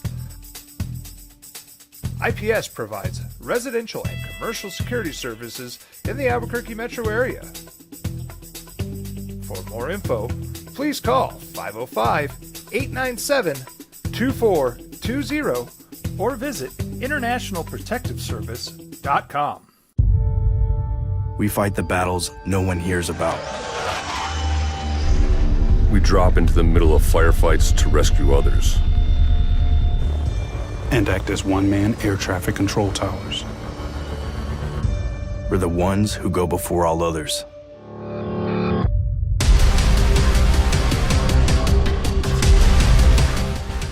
U.S. Air Force Special Warfare are proud supporters of ProView Sports. These are more than just the sounds of a safe place to go after school. These are the sounds of interest being ignited and of mentors making an impact. At Boys and Girls Clubs, we don't do just one thing. We do whatever it takes to meet the needs of every kid who comes through those doors. NFL tonight, Hall of Fame game, Browns and Jets, but college football starts, and one of the favorites, as always, in the Mountain West is San Diego State. But it's such the talk of college football in this part of the world because of the realignment, because of what they did in basketball, and they've been really good in football. And so JJ and I sat down with their head coach, Brady Hoke, and had a conversation about realignment, about the conference, about football, about the transfer portal. Here's an interesting conversation with San Diego State's Brady Hoke.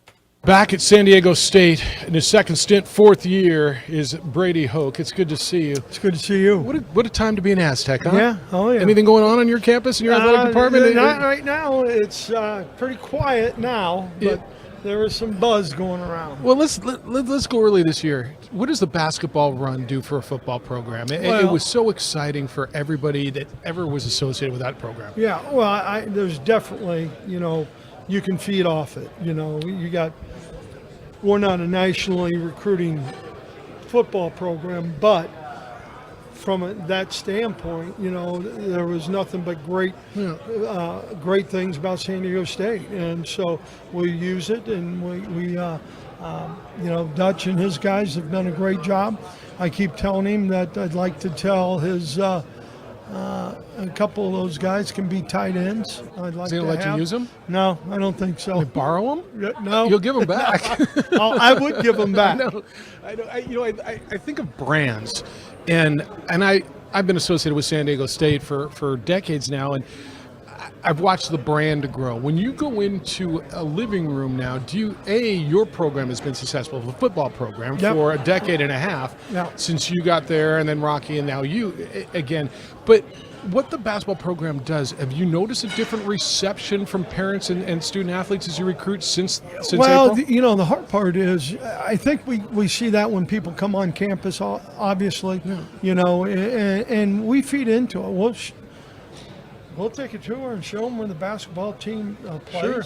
And, because they have a great facility, and also where they practice, so we're going to use everything we can, because we're proud of being an Aztec. As you should. Brady Hoke is San Diego State's coach, fourth year of his second stint with the Aztecs. I don't want to get into the weeds. I'm not going to ask you about conference realignment. I'm going to ask you more so about the noise around it. And I know everybody, everywhere you go, whether you go to a cocktail party or the grocery store, or your wife's got a friend who comes over, what's going to happen? When are the Aztecs going to the Pac-12? Are you going to the Big 12? What's going on? how does the noise affect, what you do and your program? Because there's no not hearing it. We're doing okay. Yeah, well, I would say this. I would say, I wasn't involved in any of those discussions. JD and I, we had a couple of discussions, but, I would address our team only when something in the media would come out and, just and to let sorting them know. fact from fiction. Right, exactly. So that wasn't a difficult, I think our guys were focused and all that. If there was chatter out there about it, I would try and make there sure, always was. Yeah, and I would try and make sure from a staff standpoint and our players, what they needed to know, because there's only so much we can control. Well, there's only so much right, Brady? Like I got to believe every home you're in is asking about it. Like you go to the grocery store, you get a soda, you get a burger, everywhere, and everybody thinks they know, and the reality is nobody knows. No, nobody knew. Yeah. So it was, it was okay. It was good. So, and it's settled at least for now. Yes, for sure. Well, all this conference talk, I want to take you back. The year is 1981. You were just coming off of being the man at Ball State, and then you had to become the man at Yorktown High School in Yorktown, Indiana. What was that like for you starting your coaching journey? He's an award-winning journalist. He does his research. Brady's face. I'm going, well, yeah. Guy named Dave Tanner. I got done playing. I was finishing my degree. And I was doing an internship with the Federal Probation Parole Office out of the Southern District of Indiana. I had 46 people on my caseload, and either I saw them once a month, once a week, 3 times a week, whatever. I told Dave Tanner, who was a very successful coach down in Florida, came up. His mother was getting older. He was from Yorktown. So he comes back as the head coach.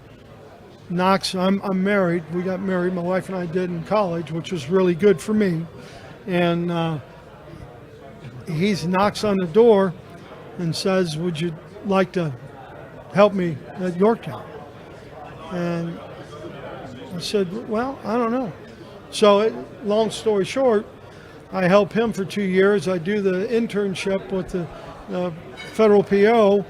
And I come home one day and tell my wife I'm going to quit my job.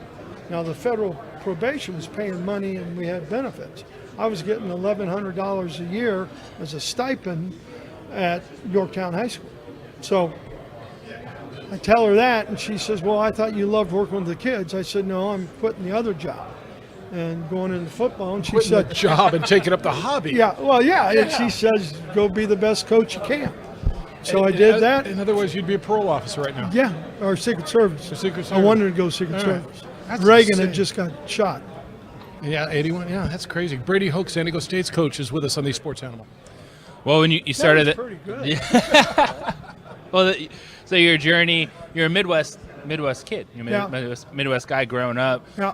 Michigan, Oregon State, Tennessee. So is your career achievement finding your way to San Diego State and having a beach? Finding a place so your wife could live in La Jolla, and so she's real happy. That's penance for quitting your job way back in the day. That's right. Now, we've been fortunate. We've moved, I think, 11 times, and it's they've all been good. We got friends all over the country. We've had experiences, most of them positive. Some of them, in this business, you never know. But it's been really good. It's been a fun career. We love being back in San Diego. So it's all been really, really a positive. Football-wise on your team, you made a change, a number of changes last year. You made a change on the offensive side, the coaching staff, and then you had to go to the defensive side to find a quarterback. And I don't know, Rocky and Danny brought you players for years and years, and you had players on the defensive side. I don't know, you found a guy playing defensive back, just wanting to get on the field. Looks like you found a quarterback, though. Well, Jalen Maiden is quite the story. When you talk about, he played 48 plays against Toledo. Next week, he's playing quarterback.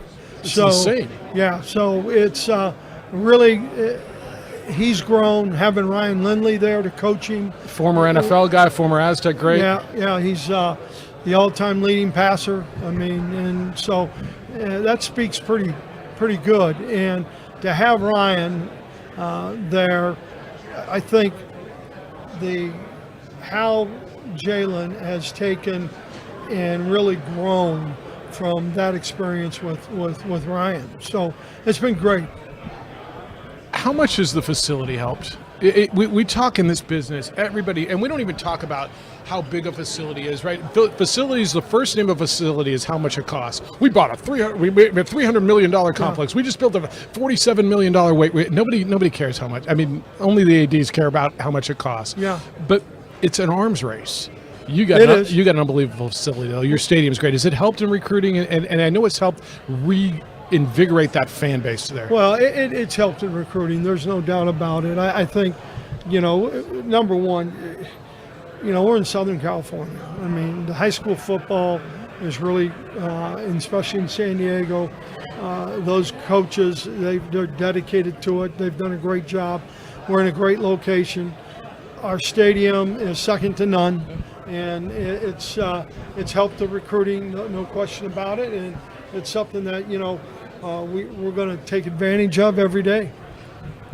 Lastly, Rocky's out of the league, so you don't have to play his defense. But you don't play New Mexico this year on the schedule. But you know Danny pretty well. Just your view. He's going into his fourth year at New Mexico. They struggled offensively quite a bit. I tell people I think they're going to be good defensively because I've watched that system for 2 decades, 2.5. I know that works. I got to figure he's going to figure it out offensively. When you look at New Mexico and Danny, and you're going to realize you're going to have Lobo fans listen to this, right? What do you see at that program? Well, number one, he's a great man. He's a great mentor. I think, the way he handles his football team, and when you play them, they're going to be physical. They're going to be tough. I'm glad we don't play them because, number one, I don't like playing friends. And secondly, I think he's going to have a good football team. I think they'll continue to grow. It's you look at the change in college football from the leagues, the conferences, to the NIL, to the portal, all those things. There's been a lot that as a first-time head coach, he's had to maneuver. As a veteran head coach, you've had to figure it out, let alone for a first-time guy. No doubt. I know I said that was the last one, but you led me into something I want to ask you. Do you believe, guys leave your program, and every year, how can they leave? Do you believe you benefit more than you lose in the portal overall? Yeah. I mean, I don't like it. Right. I don't like anything about it, but I'm a hypocrite because you have to be. We took some really good guys a year ago. And got some good guys, Cooper McDonald, Mark Redmond, Justice Tavai. I mean, a bunch of guys who came in that helped us win football games. We lost a couple guys, but if a guy doesn't want to be here, I don't want him. And that's been our message. And, we picked up Cody Moon, right? How about Cody Moon? Yeah, I love Cody Moon. Eminem, that's what we call him. A walk-on from Valencia County that Danny developed for you. Yeah. Good luck. And I thanked him. Yeah. Did you buy him a drink or something, or did you go get him a Diet Coke from the thing over there? Yeah, there you go. It's good to see you. Always is. Good to see you. Have a great season. Yep, Thanks. Appreciate it. This report is sponsored by GeneratorFranchise.com. Millions protect their homes from power outages with Generac home standby generators. Would you like to be part of? We would like to thank the following sponsors for making this broadcast possible. ProView Networks would like to thank the following sponsors for making this broadcast possible. Hans Whitler Automotive, German car maintenance and repair in Albuquerque, New Mexico. Call 505-294-7684 or visit HansWhitlerAuto.com.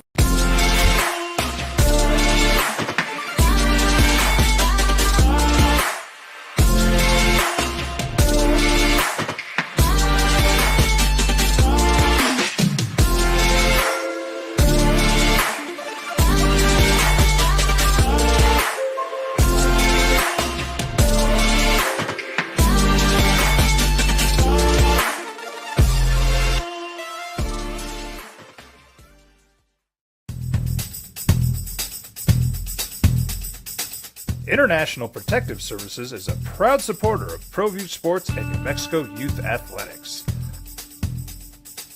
IPS provides residential and commercial security services in the Albuquerque metro area. For more info, please call 505-897-2420 or visit internationalprotectiveservice.com. Hi everyone, my name is Master Sergeant Jacob Groves. I am a Air Force Special Warfare Pararescueman. Air Force Special Warfare are proud supporters of ProView Network and New Mexico Youth Sports. Air Force Special Warfare operators are critical thinkers. They maintain a high level of fitness, they take initiative, and they don't quit. For more information on Air Force Special Warfare, contact me at the number listed below. U.S. Air Force Special Warfare are proud supporters of ProView Sports.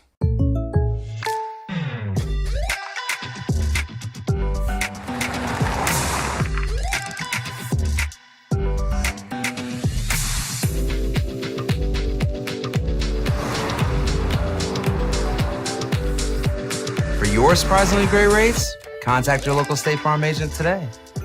If you want the real deal, call State Farm agent Marty Size in Albuquerque today. Like a good neighbor, State Farm is there.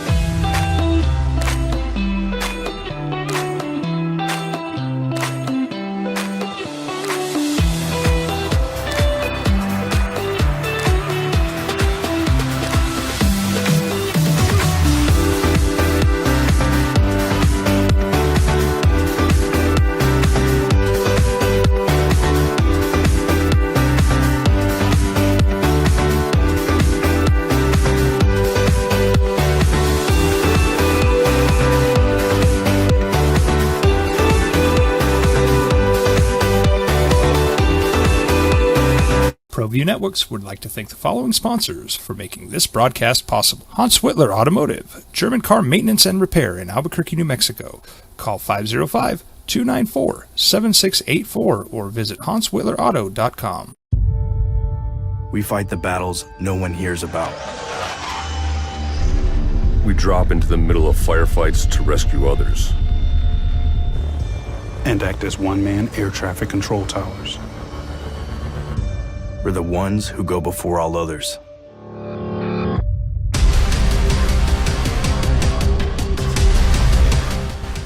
U.S. Air Force Special Warfare are proud supporters of ProView Sports. Well, I'm going to the frontier, walk up to the cashier, order up a root beer and a number one. Cover it with green stuff, one scoop is not enough. Find a booth is real tough, back by the Duke. Meet my family, meet my friends in the quirkiest restaurant I have ever been. All of Albuquerque's favorite spot, it's the Frontier Restaurant. The Frontier Restaurant is a proud supporter of ProView Networks. These are more than just the sounds of a safe place to go after school. These 4 till 7 on 95.9 FM and AM 610. the sports animal. So you go out and you got tickets for Week 5. You're going to go see the Broncos and the Jets. It's the late afternoon window. You're all set for that. 2:25, I believe, is the kick. But you don't nail down your flight back for that afternoon or that evening because it might be flex. Opening drive, Jeff, JJ, and DC. Broncos and Jets could be flexed into the Sunday night window. Why? Well, because you got all that chatter, all that mess, all that noise going on, and because of the new ruling here, the new rules, NBC can start flexing games starting on Week 5. Now, currently, the late game is, that can't be right. Yeah, it is. The late game is scheduled to be a pretty good one. Yeah, that's not moving. Dallas and San Francisco. They're not giving up Dallas on Sunday Night Football. It's in San Francisco. Two of the top teams in the NFC. I don't think that they would move off of Dallas, San Francisco, just because Nathaniel Hackett and Sean Payton and Aaron Rodgers have a verbal feud. Insert any other team, then we would be having a conversation of Week 5 Sunday Night Football, Broncos Jets. Right? That game is not being flexed to Sunday Night Football. I think you're right. Although there's all this chatter that that they might play that all this mess, but they may move it. But I think I agree with you. They're not moving off of Cowboys and 49ers. So enjoy that 2:00 in the afternoon game. I think you should be okay there. All right. A couple of injury updates. Bengals running back Travion Williams, ankle sprain, could be out a few weeks. The big one we're looking at is this Cooper Kupp thing. So everything I see, he had an MRI, the Rams receiver, on his hamstring, and it's a few weeks. Is there a more vague term than a few weeks? I mean, upper body, lower body. Okay, fair enough. That might be hockey more vague. Injury talk. Yeah, that might be more vague. This one worries me. It does because it's a hamstring, and he's coming off an injury. Ankles, knees, whatever. Move on. We know that. Hammies, that scares me. They take a long time. And the only way to do it is rest. Soft tissue injury. Yeah. Yeah. The only way to do it is rest. And I think a lot of people were waiting to see, what's Cooper Kupp going to be like back with Matthew Stafford. Matthew Stafford needs him. And if you start looking at what the Rams have outside of Cooper Kupp, when it comes to weapons, when it comes to, they're hoping Cam Akers becomes that guy again. But their next two receivers are Van Jefferson and Ben Skowronek.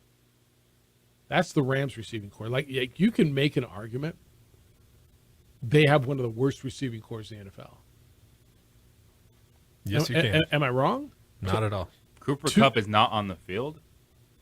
None of those guys are even touching your fantasy football lineup. Demarcus Robinson, Tutu Atwell, Puka Nacua. That's the Rams receiving core. Puka what now? Yeah. Puka Nacua. 5th round pick out of BYU. I believe he played in our game. Maybe he didn't. But yeah, that's how big he is to the Rams. The Rams could be in a lot of trouble.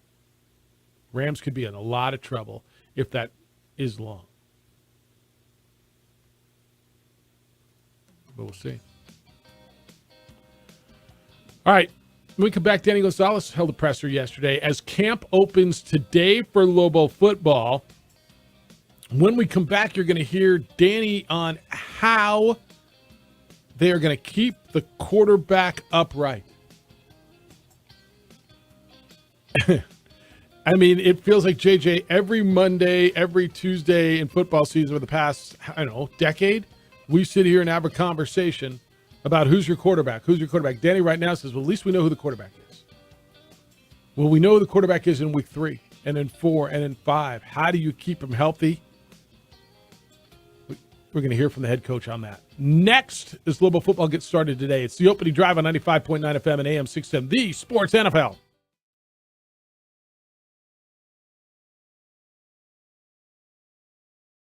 We would like to thank the following sponsors for making this broadcast possible.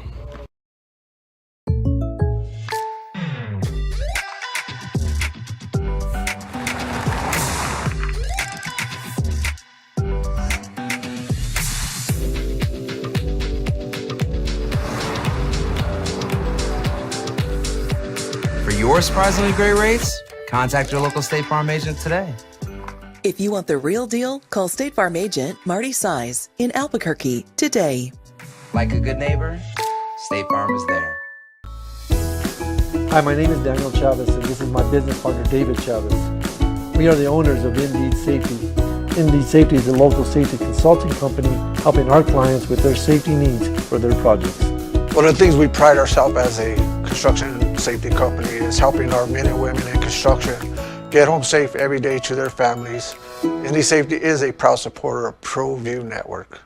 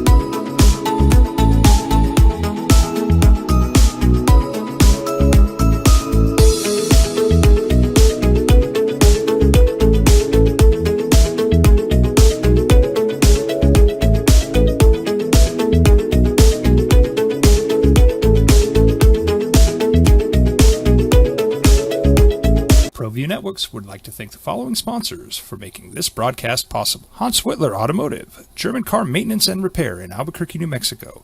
Call 505-294-7684 or visit hanswhitlerauto.com.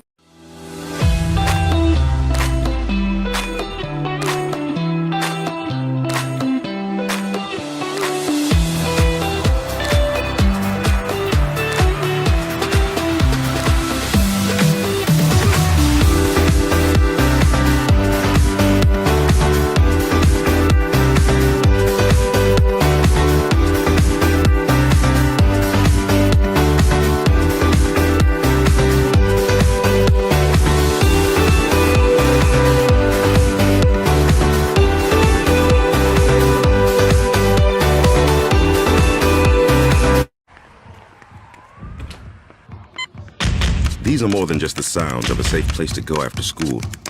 These are the sounds of interest being ignited and of mentors making an impact.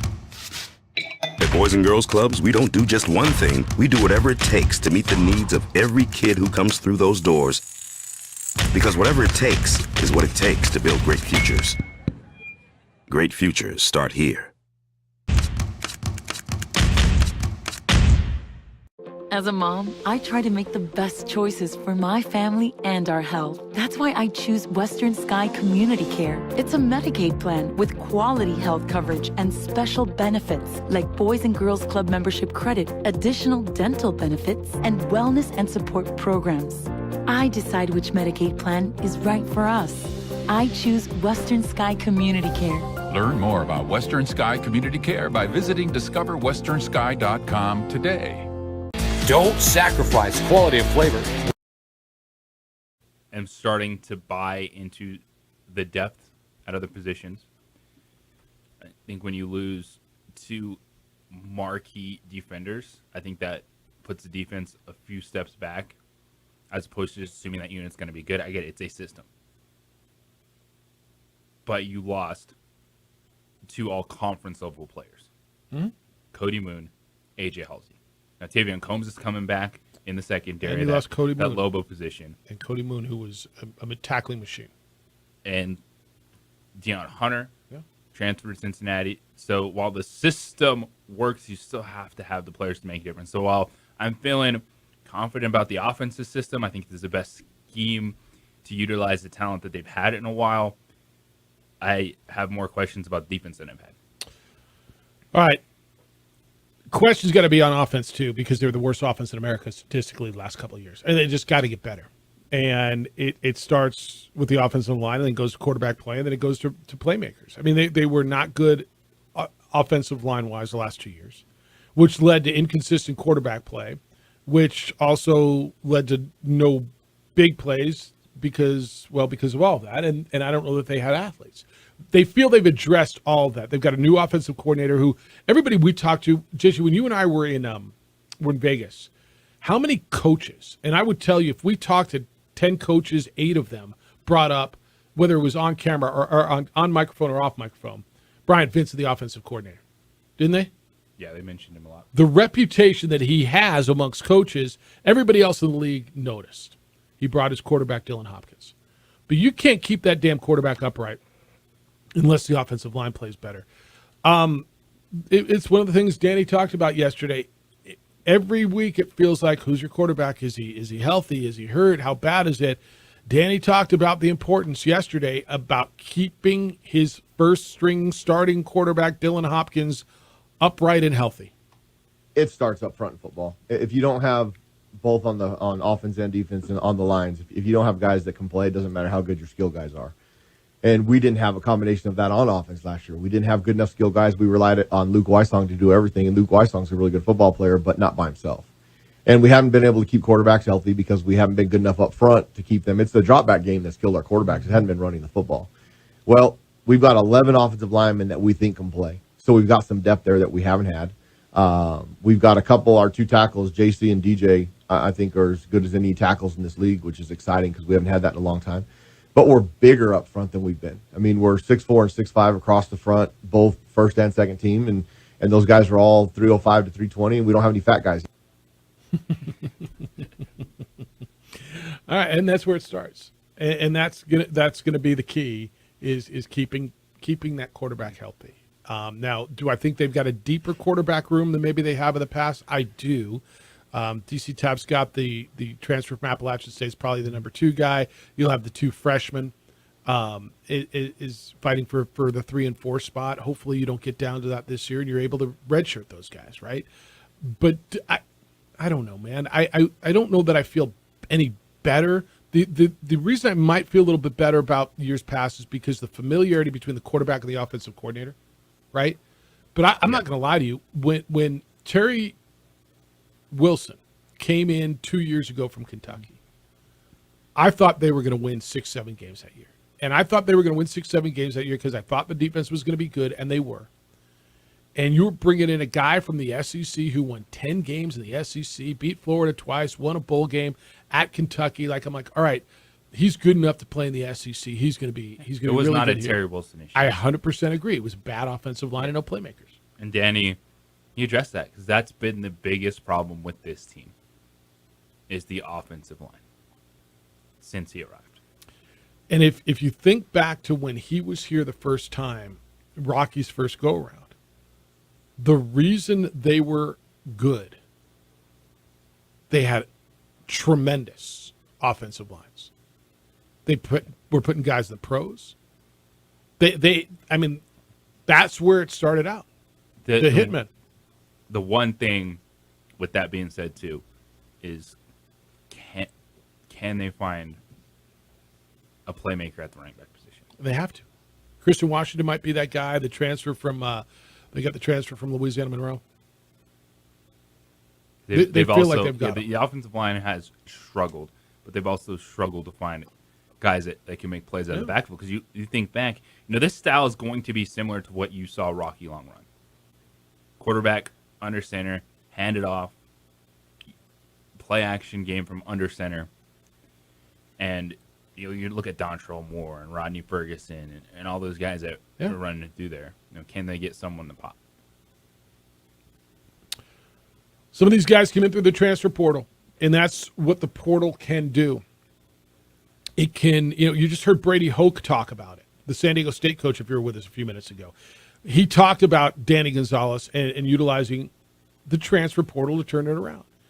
And not only are they relying on the transfer portal to fill some spots on defense, but wide receiver, running back, all those things. Danny talked about using the portal to get better this year? All the Power 5 guys, they have no depth because all their 2s want to play. So they're either coming going here. to other places or they're coming to other Power 5s or they're coming to New Mexico. So those guys have really, really good ones, and then their depth is freshmen. So this transfer portal has kind of balanced this thing out a little bit. Those teams, when we were at San Diego State and we had those really good teams that were rating in the top 25, our problem was our top 22 were as good as anybody in the country, but we didn't have any depth. And all those guys had depth. Well, now they don't have depth. And so we're getting better players because we're getting their depth. So I think there's some advantages. As long as the NCAA holds up to this, they can't transfer twice. You can see some really good Group of 5 football teams get better every year. And the concept is you get a transfer from TCU or Kentucky or Oregon State or Washington or whatever it is, and you get them here with 3 years of eligibility left. You've got them that they've already used their free transfer. The theory is you're going to be able then to develop that player and keep him here, right? That's the theory. Now, can they transfer when they're a graduate? They can. But that's why you're seeing, he feels, the rise in some of these non-power programs. How can Coastal Carolina get so good? How can SMU become so good? I mean, SMU, if you look at some of the transfer portal rankings, SMU killed it. SMU coming off, and probably because of their appearance in the New Mexico Bowl, I think that's where everybody wants to be. Full disclosure, I'm the executive director of the New Mexico Bowl, so I guess full disclosure. But SMU had a great transfer portal ranking. Now, what does it mean? Well, how will that play out? We'll see. But that's where Danny is feeling they can do it. Your thoughts as we open up camp today, and I know we'll talk more about it, and we'll hear from different guys. But how do you feel about him? Is it any different? Terry says, Lobo talk makes me feel like Charlie Brown, and when is Lucy going to pull the ball away? Wish them the best. It's been a frustrating bunch of years. Good way to describe it. It's been a frustrating bunch of years. You're all lined up. You're ready to go. Like, I know. Boom, let's knock this through. Whoop! Look, there's been success around here. They were 9-4 in, 2016? They were 7-win team the year before. There's been success around here. It hadn't been in a minute. And I know it's frustrating and Lobo fans tired of waiting, and it's Danny's 4th year. It's a big year for Lobo football. Do you believe, like I do, the defense is going to be good because the system works? JJ is concerned. I don't blame him. You lost some good players. I'm going to tell you, in college football, you lose good players every year, and then you replace them, right? College football, you lose good players every year. Now, I know you don't expect to lose your good freshmen. But you didn't know who the hell A.J. Halsey was a year ago. We didn't know Cody Moon was going to be any good. Who's the next guy up? And hopefully a lot to ask for a program like New Mexico. No, it is. It is. But they've got to be better offensively, too. 505-246-0610. That's how you can get in today. 888-922-0610. Your emails will come in. Jeff at sportsanimалabq.com. JJ at sportsanimалabq.com. Kickoffs. Do you like them? Do you like the way they are? The NFL's thinking of changing the kickoff rule to look like that of the XFL. What does that mean? What would that look like? And what do we do with onside kicks? It's the opening drive on 95.9 FM and AM 610, the Sports Animal. Telling it like it is. I absolutely love. We would like to thank the following sponsors for making this broadcast possible.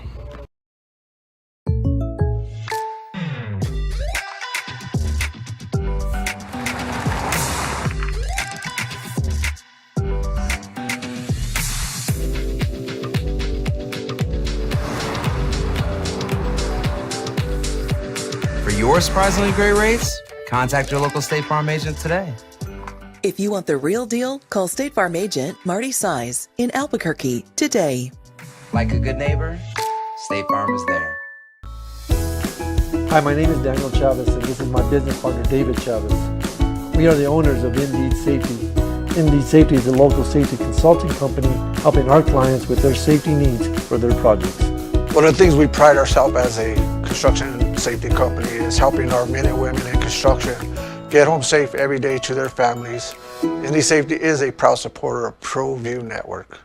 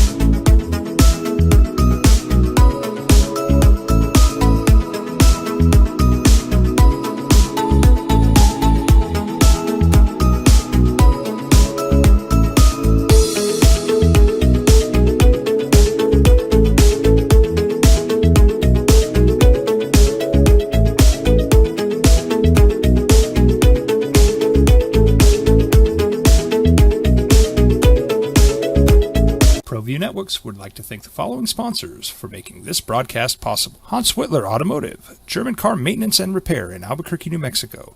Call 505-294-7684 or visit hanswhitlerauto.com.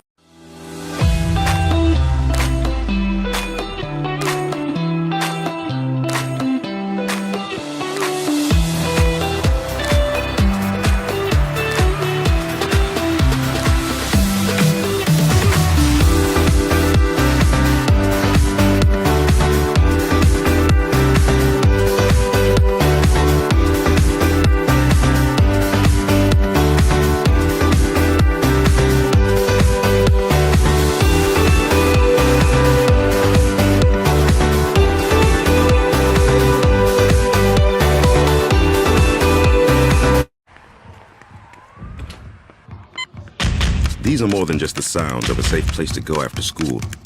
These are the sounds of interest being ignited and of mentors making an impact. At Boys and Girls Clubs, we don't do just one thing. We do whatever it takes to meet the needs of every kid who comes through those doors. Because whatever it takes is what it takes to build great futures. Great futures start here.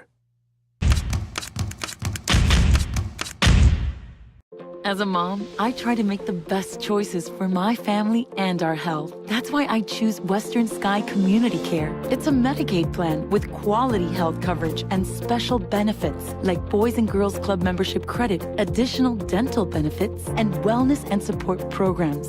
I decide which Medicaid plan is right for us. I choose Western Sky Community Care. Learn more about Western Sky Community Care by visiting discoverwesternsky.com today. Don't sacrifice quality and flavor when you're in a hurry.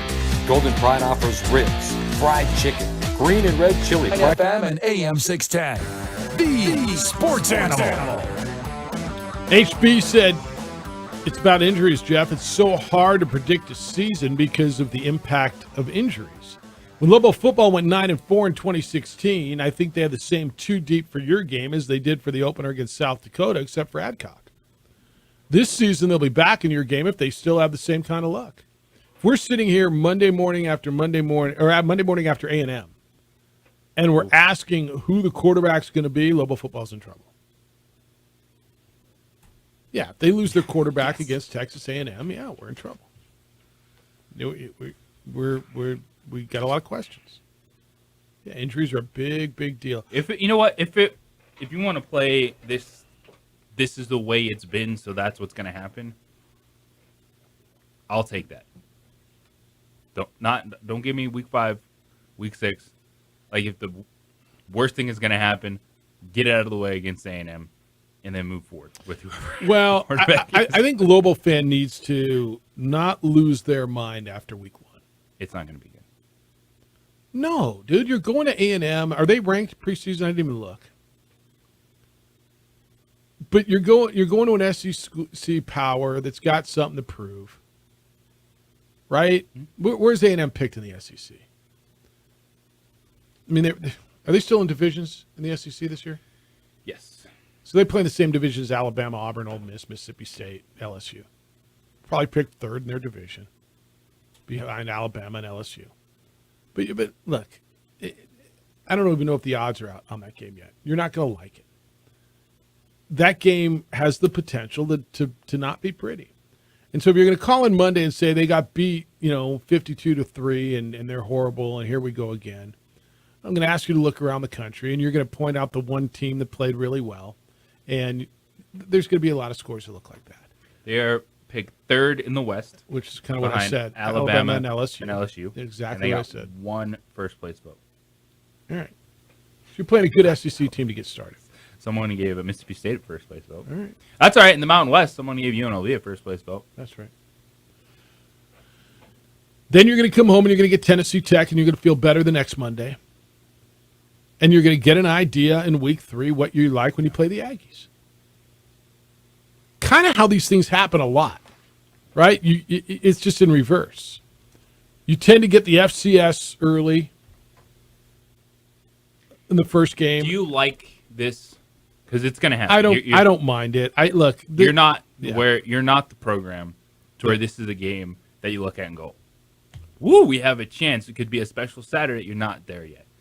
But week 1, that body bag game is out of the way. Could that be good for Lobo football where you, I'm fine to with what it. you're saying, it's not like an FCS win, maybe UTEP, and then week 3. Get it out of the way. And all those people who complain about when the game is on Labor Day, should it be Thursday? I don't have to listen to that this year, right? I don't get that email. They should play Thursday. They should play Monday. They should play. I don't have to listen to that mess, right? So that one's out of the way because it's Labor Day. So I don't have to hear that. And you're not far from being that team, depending on it. Like if your payday game was against, I don't know, Vanderbilt or against Oregon State. Well, Oregon State's gotten nice, right? Maybe a Mountain West preview game. But you see what I'm saying? If you were playing, whoever it was, I mean, you're going to be a big underdog. But yeah, I'm fine with this. Then you come home. Here's an interesting one. What? Kind of the road that you were just going down. Yeah. Right now, Stanford, 8.5-point favorite against Hawaii in week 1. All right. Seems a little light. But I don't know. Do I mind this? No. Rudy, do you mind it? You're on the Sports Animal. Hello, Rudy. Mind what? Playing the pay game in the first week as opposed to, I don't know, another time. No, I think you might as well just get it out of the way and get your money, But a lot of people haven't been out to practice, and a lot of the comments that you have, everybody wants to base everything on last year, and this team looks nothing like last year's team in any way, shape, or form. So I think the thing that sticks out to me is if you think about Bryant Vincent, think about what he was able to do at UAB when he was the interim full-time head coach. Now think about him having to not worry about being a head coach and just being an offensive coordinator. And I think when he devotes 100% of his time, energy, and attention to the offense, it's gonna pay off. Dylan Hopkins is a good quarterback. Make no mistake about it. And I think what they're going to do is, if I'm listening to Bryant Vincent right, you're going to see the second team quarterback play some snaps in the first half too against Texas A&M. DC Tabscott. Probably. All right. Don't know who's going to emerge as that number 2, but that's going to happen. I have expectations that this team is going to be a heck of a lot better. And I got my season ticket cap yesterday in the mail, so I'm ready to don that bad boy and go around and see if we can get some other season ticket holders on board and maybe some new season ticket holders. And it's 6 Saturdays, people. Seven for the bowl game, which I expect UNM to be in, but I'm just talking regular season now. I don't want to get ahead of myself, but there are 7 games in University Stadium this fall, and someday maybe high school will get it together and they'll start playing their playoff games here. Yeah. I think that one year that they did it during COVID, it worked out great. Everybody loved it. Yep. I don't understand this small-time mentality of New Mexico high school football, but if they change, I think everything changes with it.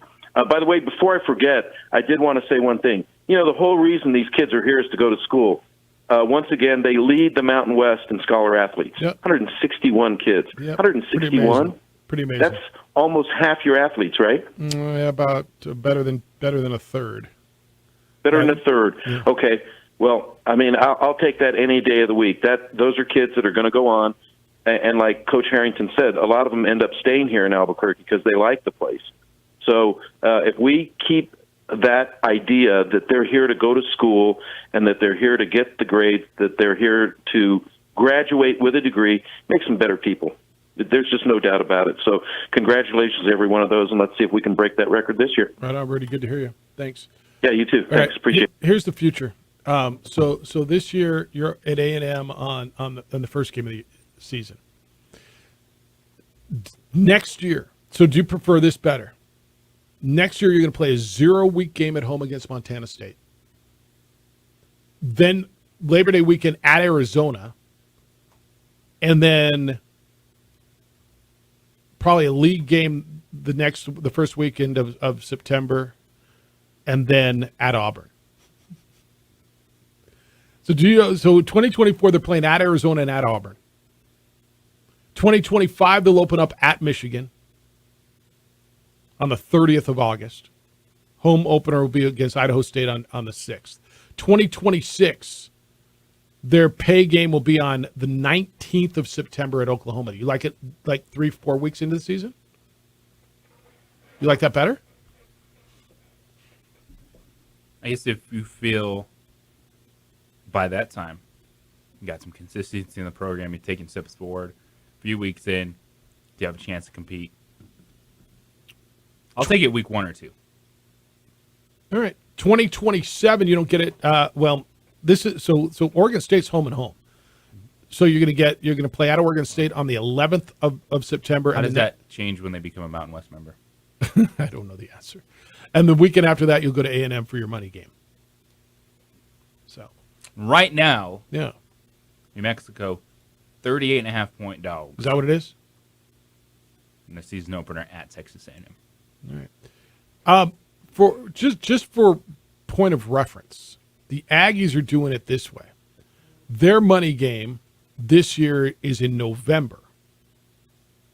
So this is the other option because the SEC is looking for money games in November. They'll play at Auburn in November.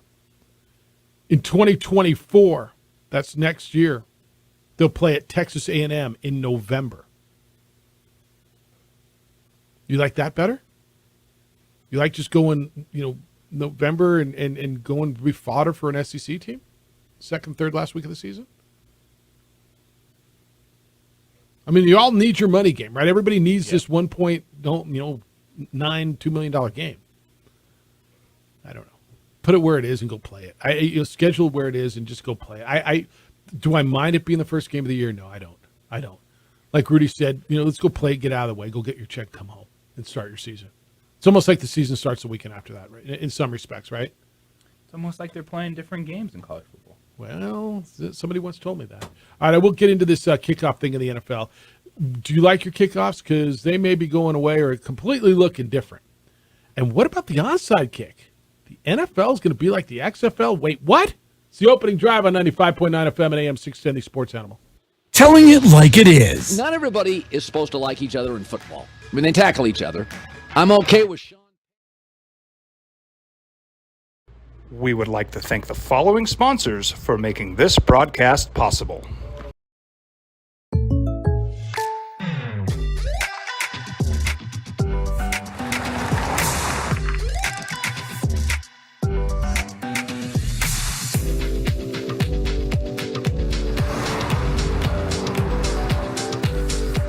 For your surprisingly great rates, contact your local State Farm agent today.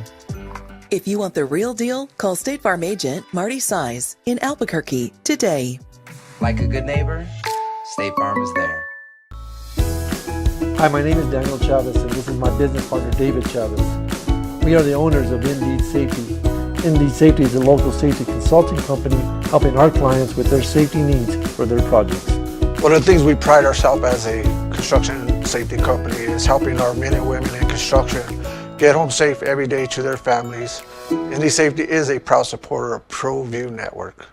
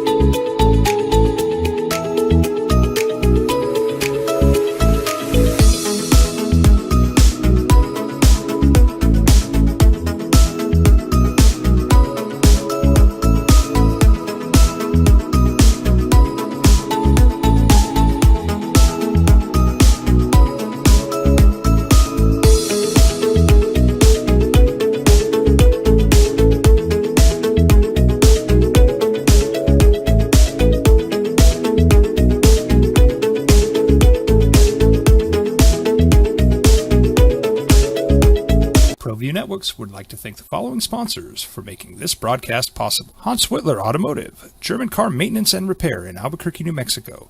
Call 505-294-7684 or visit hanswhitlerauto.com.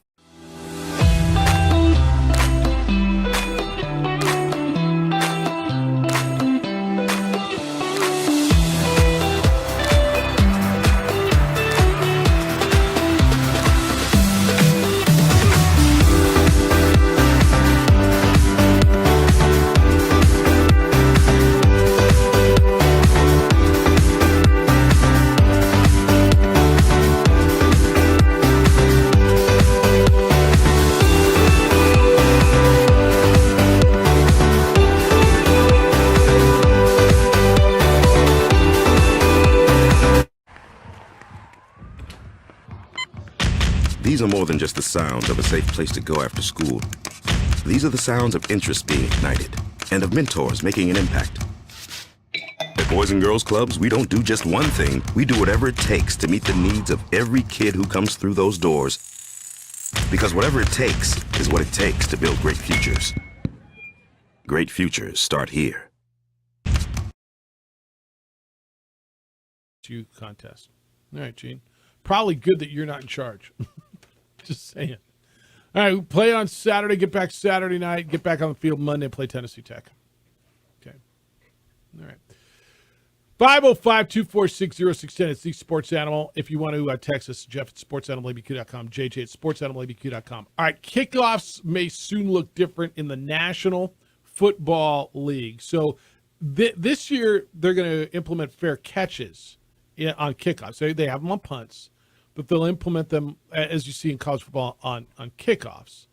And now they're thinking of go into the XFL's kickoff rules as a future model. This is reported by NBC Sports. So currently, NFL teams kick off at their own 35-yard line. And kicking team players can begin running from that line only after the ball has been kicked, right? So you've seen everybody line up. It used to be they get a running start. Now they don't. In the XFL rules, kickoff will be from the 30, but no one other than the kicker and the guy returning the ball can move before the ball is touched by the returner. You like this?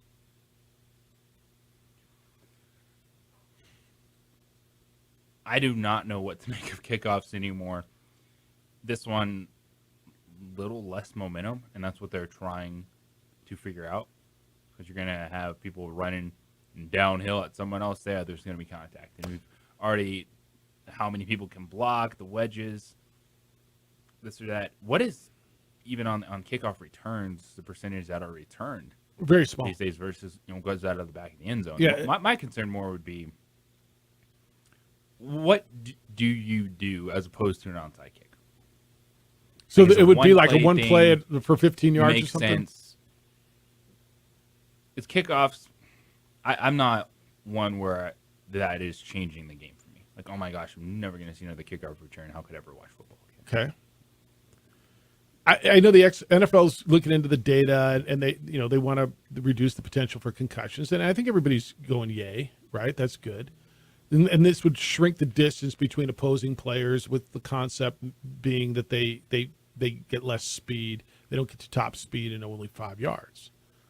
And the question is, what about onside kicks? Like, really, what about? And would they do, all right, we're going to run one play at 50? I think they'd have to get to a percentage that they say, we want onside kicks to be at this percentage. And then start doing the data and say, let's just say, onside kicks were successful 8% of the time. All right, what play is successful 8% of the time? Is it 4th and 18? You know what I mean? Like 15 yards, 18 yards. What would that be?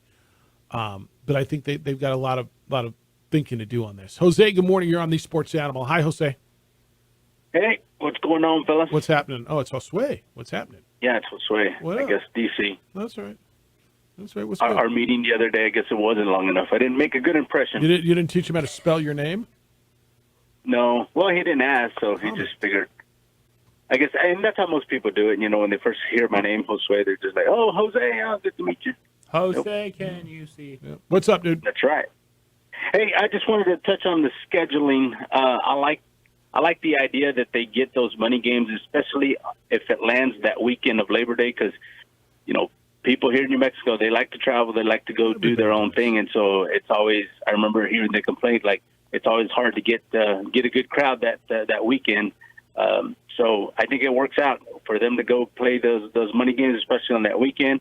I mean, even next year, Arizona on Labor Day, hey, that might be a destination where people might just travel to Arizona on Labor Day weekend and maybe catch that game. So I like it. I like it early, especially just the way things are with Labor Day around here. And then when you don't have a big name that's coming here, I think it makes sense for them just to go get that out of the way, make some money, and then come back and, get the crowd going again. All right. Good to hear you, man. Thanks.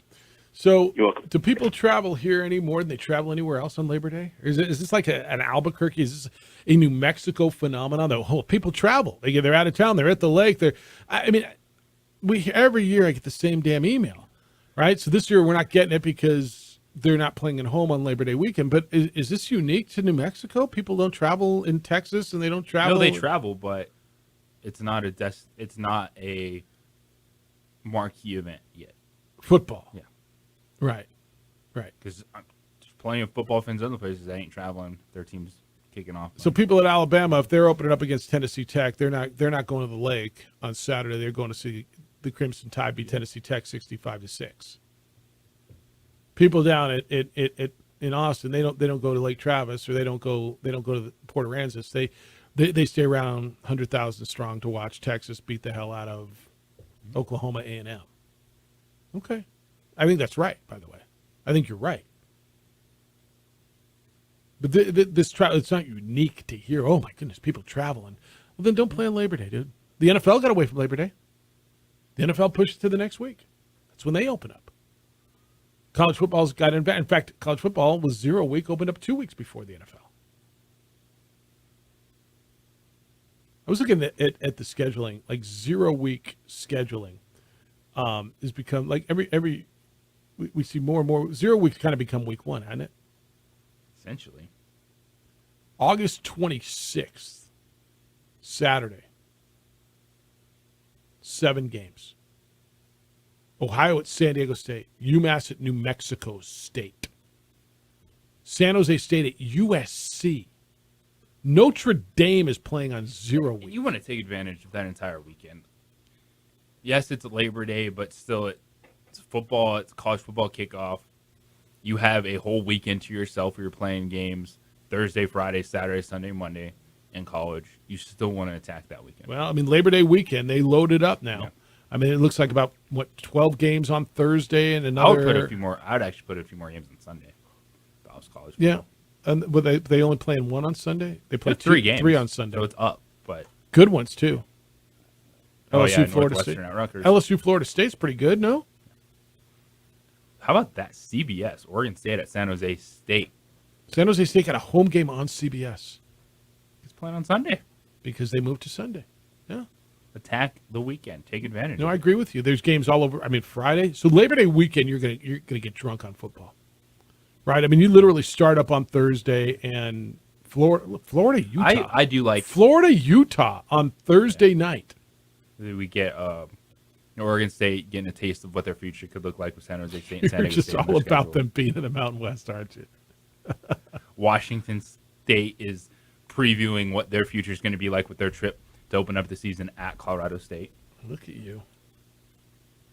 Look at you. You've already realigned the conferences? Yeah. Yeah. They're in. Yeah. Yeah. Well, I don't know. What would their entrance fee be? How much would it cost them to get in? So here's the thing. Would it still be called the Mountain West, or would they try to take the Pac-12 I think name? Who owns the Pac-12 name? Well, so I was thinking about this the other day. The Pac-12 or the Pac label, I mean, certainly has more history. Or the Conference of Champions. But if it's Oregon State, Washington State, whatever's left, who do you want running your league? Because it would be which office is taking over? It's not a new name because they've used it before. No. But who? The Mountain Pacific Sports Federation. That's fine. Mountain Pacific is fine. I don't have a problem with the Mountain Pacific, and that would be a merger. But who do you want running your league? Do you want the group, George Kliavkov and that group that kind of oversaw the demise. Of a great league? Or do you want Gloria and Brett Gilliland and the people who've run the Mountain West and position them to where they are? Who do you feel more comfortable? Let's just say your scenario happens, and it could. Well, if there's only 2 teams coming over, the Mountain West is running the Mountain West. Who do you want running that league?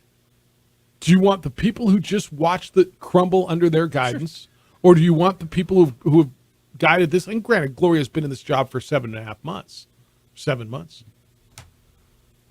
But Brett's been there since the inception. And as much as people bitch about the way the Mountain West is run, and they didn't like Craig Thompson, they've done a pretty good job. They've done a pretty damn good job. They were innovators. They were ahead of the curve on so many different things. They were the first league to have their own network. Now everybody wants their own network. I would argue that they handled the Mountain better than the Pac-12 has handled the Pac-12 networks. Wouldn't you? Yes. Now, it went away because they couldn't afford it anymore, and because ESPN wasn't going to come in and save the Mountain West network. But who do you want? If that happened to merge and you were the Mountain Pacific or what? Pacific Mountain Pacific? Mountain Pac Pacific Mount? Sports The Pac Mount? Federation. The Pac Mount.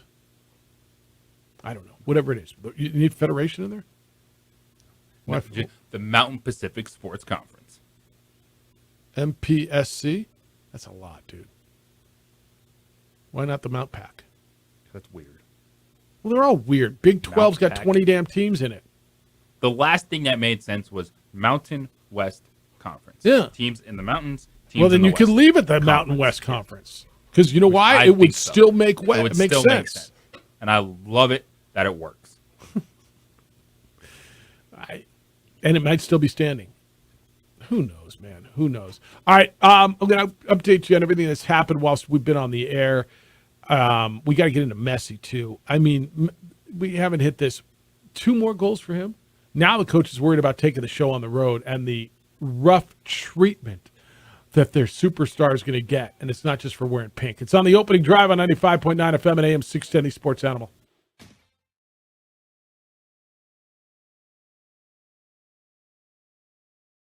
We would like to thank the following sponsors for making this broadcast possible.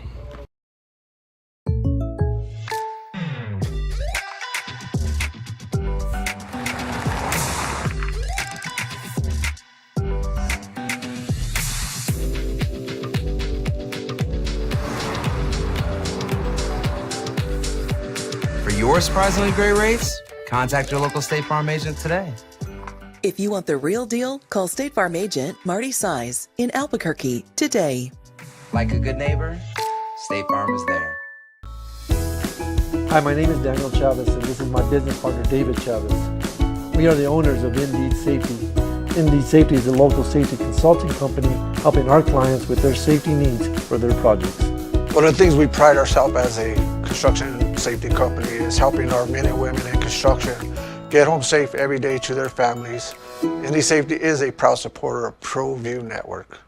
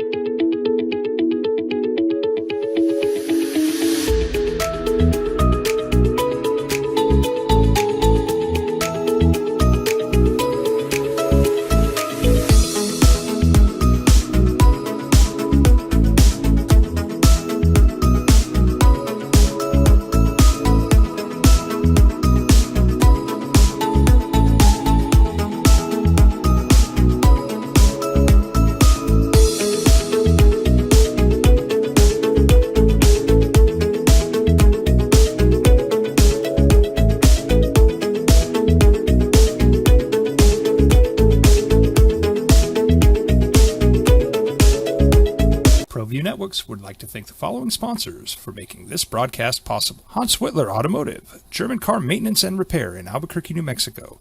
Call 505-294-7684 or visit hanswhitlerauto.com.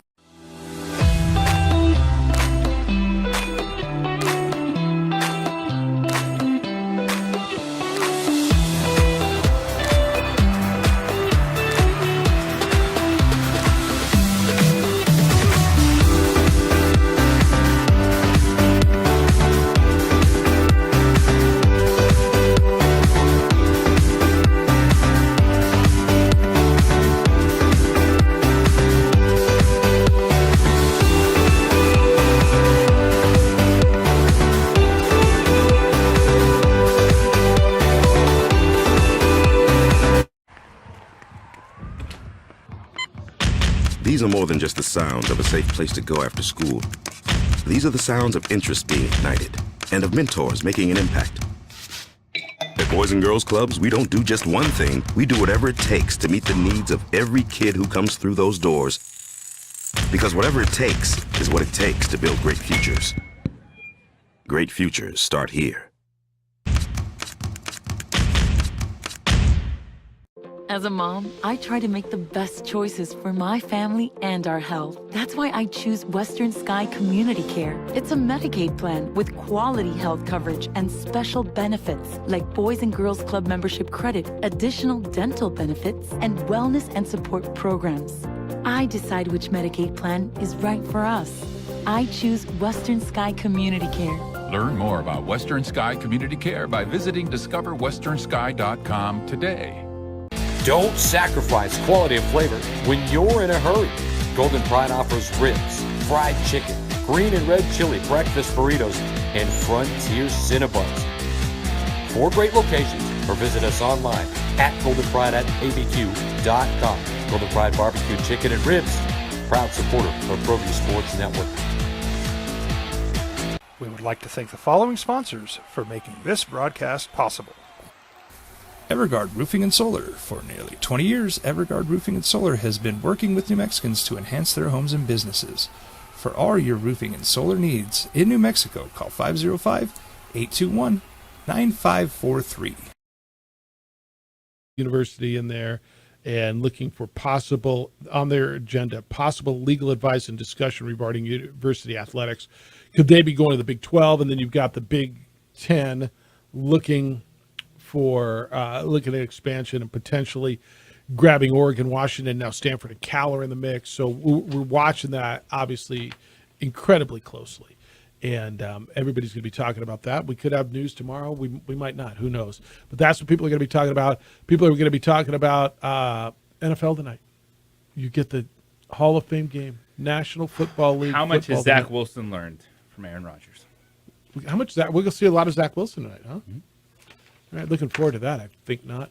I mean, yes, because it's NFL and it's the greatest thing ever, and so we'll watch that. And then Lionel Messi shines again last night for Inter Miami. They are in the League's Cup round of 16. Look, whether it's your thing or not, it's hard to not pay attention to what Messi is doing. He had 2 more last night in a 3-1 victory over Orlando City, and he's just better than everybody else on the field. Talking about a boom for Apple TV. It's not the Pac-12. It's Messi that's going to get Apple TV. Seriously. Because they have the rights to the MLS. What do you make of Miami's coach, Tata Martino, saying we faced a very difficult opponent, and when we go on the road, I'm concerned about the treatment that he's going to get? The treatment. Everybody should love on him, right?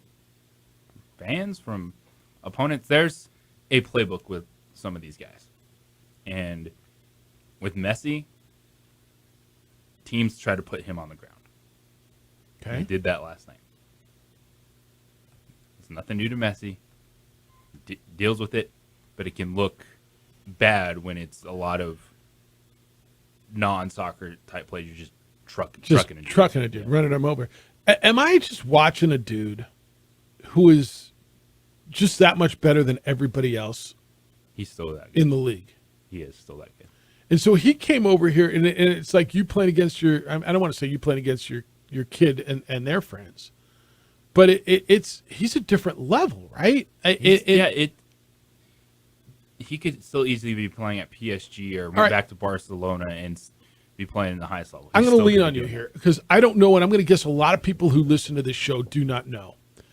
Was he this dominant when he was playing in his last league overseas? Was he going out every night? He was scoring every night. Was he scoring 2 goals every night? It's not he passed up a 3rd goal last night. But you also remember the dude just won a World Cup last summer. Yeah, and he was the main contributor on that team. Yeah, he's been playing still high level football in the Champions League. It's soccer with PSG. Tomato, potato. Like the reason they didn't go back to Barcelona is they have so many financial issues that they've been struggling with and limitations on what they've been able to do. So it's not, he's over the hill, let's go to the retirement league at all with 36 years old. It was, Saudi was throwing all that money at him too, but there was the family piece, and Miami is, for him and his family right now, is better than Saudi Arabia. Perfect family destination, Miami. You got the Beckham connection, and you come in, and he is that good, and he's going to dominate the MLS even more. I guess what I'm asking is, does it show the difference between overseas leagues and the MLS? And maybe the answer is no, or maybe is it showing the difference? This is a special play. This is one of the best to ever step on a soccer field. Ever, yeah. And he's still doing it at a level where he's coming in and doing whatever he wants. This is has the potential of being, and I know it's soccer and it's the United States of America, has the potential of being the biggest sports story of the year, doesn't it?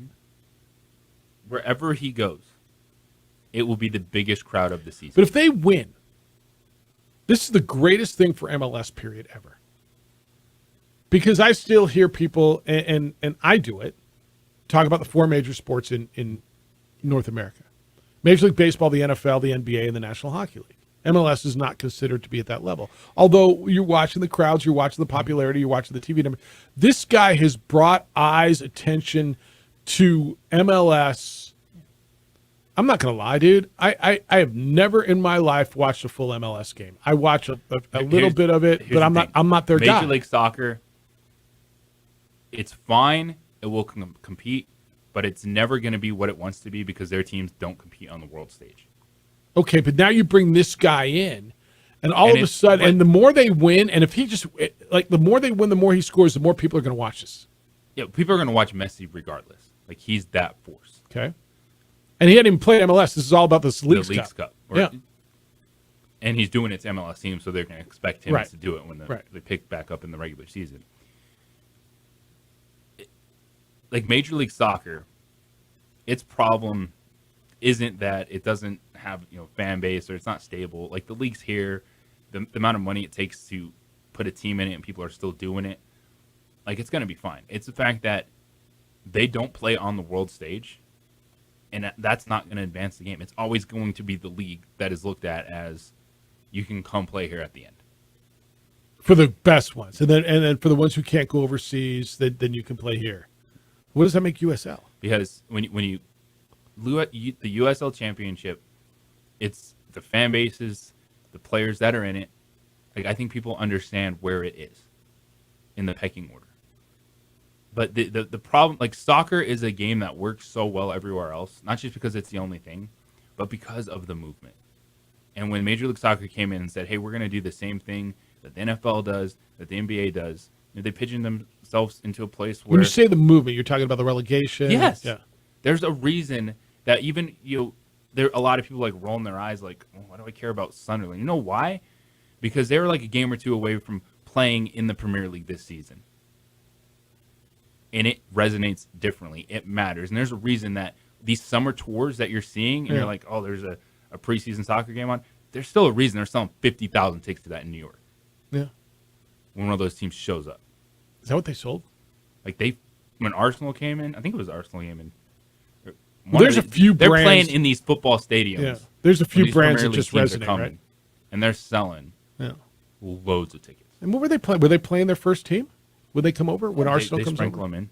Sprinkle them in. Yeah. Yeah. Like Man United brought their first team and their second team and were playing all across the United States. Yeah. How many games do they play when they come over?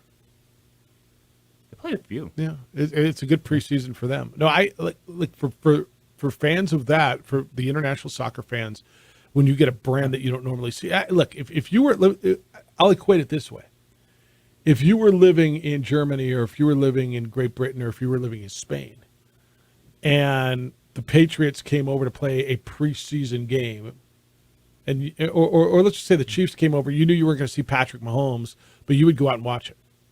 That right? I mean, that's kind of everybody would, because it would be the brand. Now they might not go over and watch the Jaguars as much, although they do, because that's a regular season game. But is that kind of the equation? Will be equal to this? Their first team guys are playing in this preseason tour for these. Heck, man, the USL team in San Diego had Dortmund. And they're going MLS next year, right? Snapdragon Stadium. They're going MLS next year. Yeah. San Diego is. They're going to play Snapdragon, and they're leaving USL.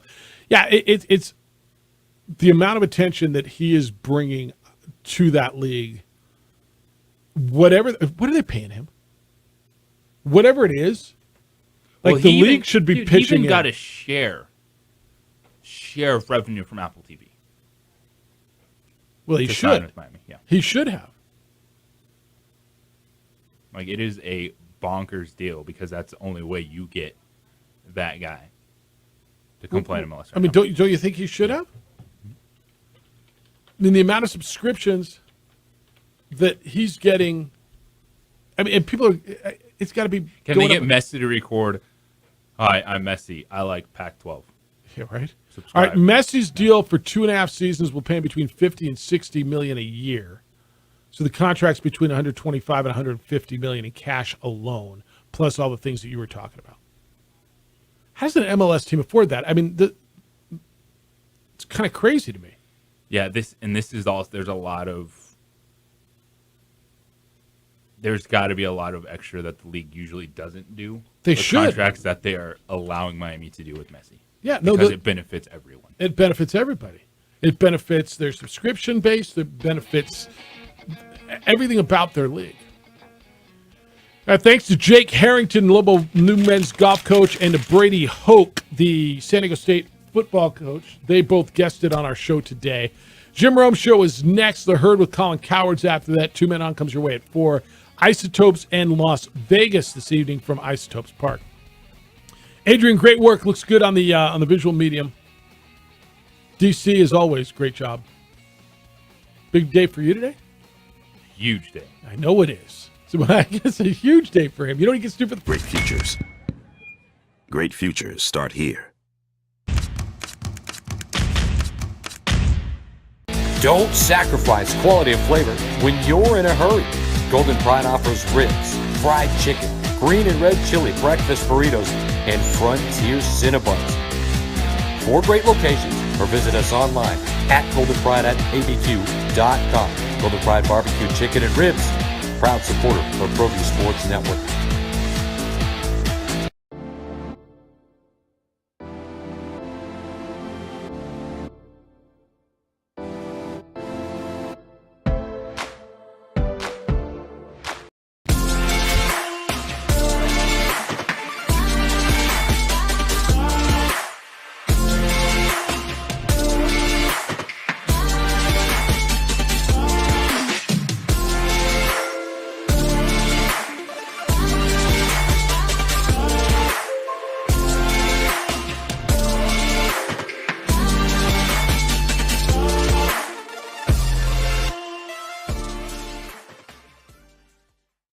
Sometimes it's the small things that make life easier, like never worrying about being declined at an ATM when only cash will do. With your covered from US Eagle, we'll cover you, even if the money's not there. That's a good feeling. And we do it with no extra fees or penalties. It's called trust, and we think that's important, especially if we're asking you to trust us. At US Eagle, that's just part of what it means when we say, people mean more.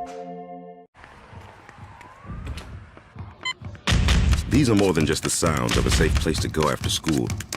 These are the sounds of interest being ignited and of mentors making an impact. At At Boys and Girls Clubs, we don't do just one thing. We do whatever it takes to meet the needs of every kid who comes through those doors.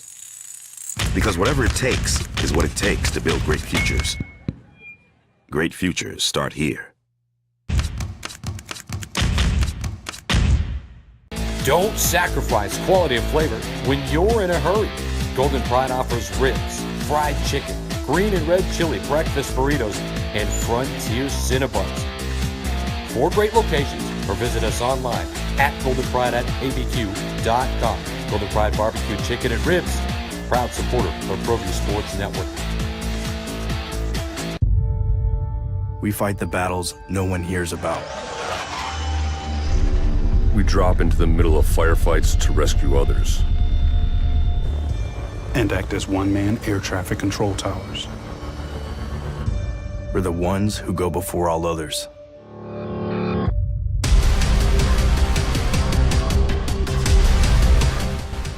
U.S. Air Force Special Warfare are proud supporters of ProView Sports.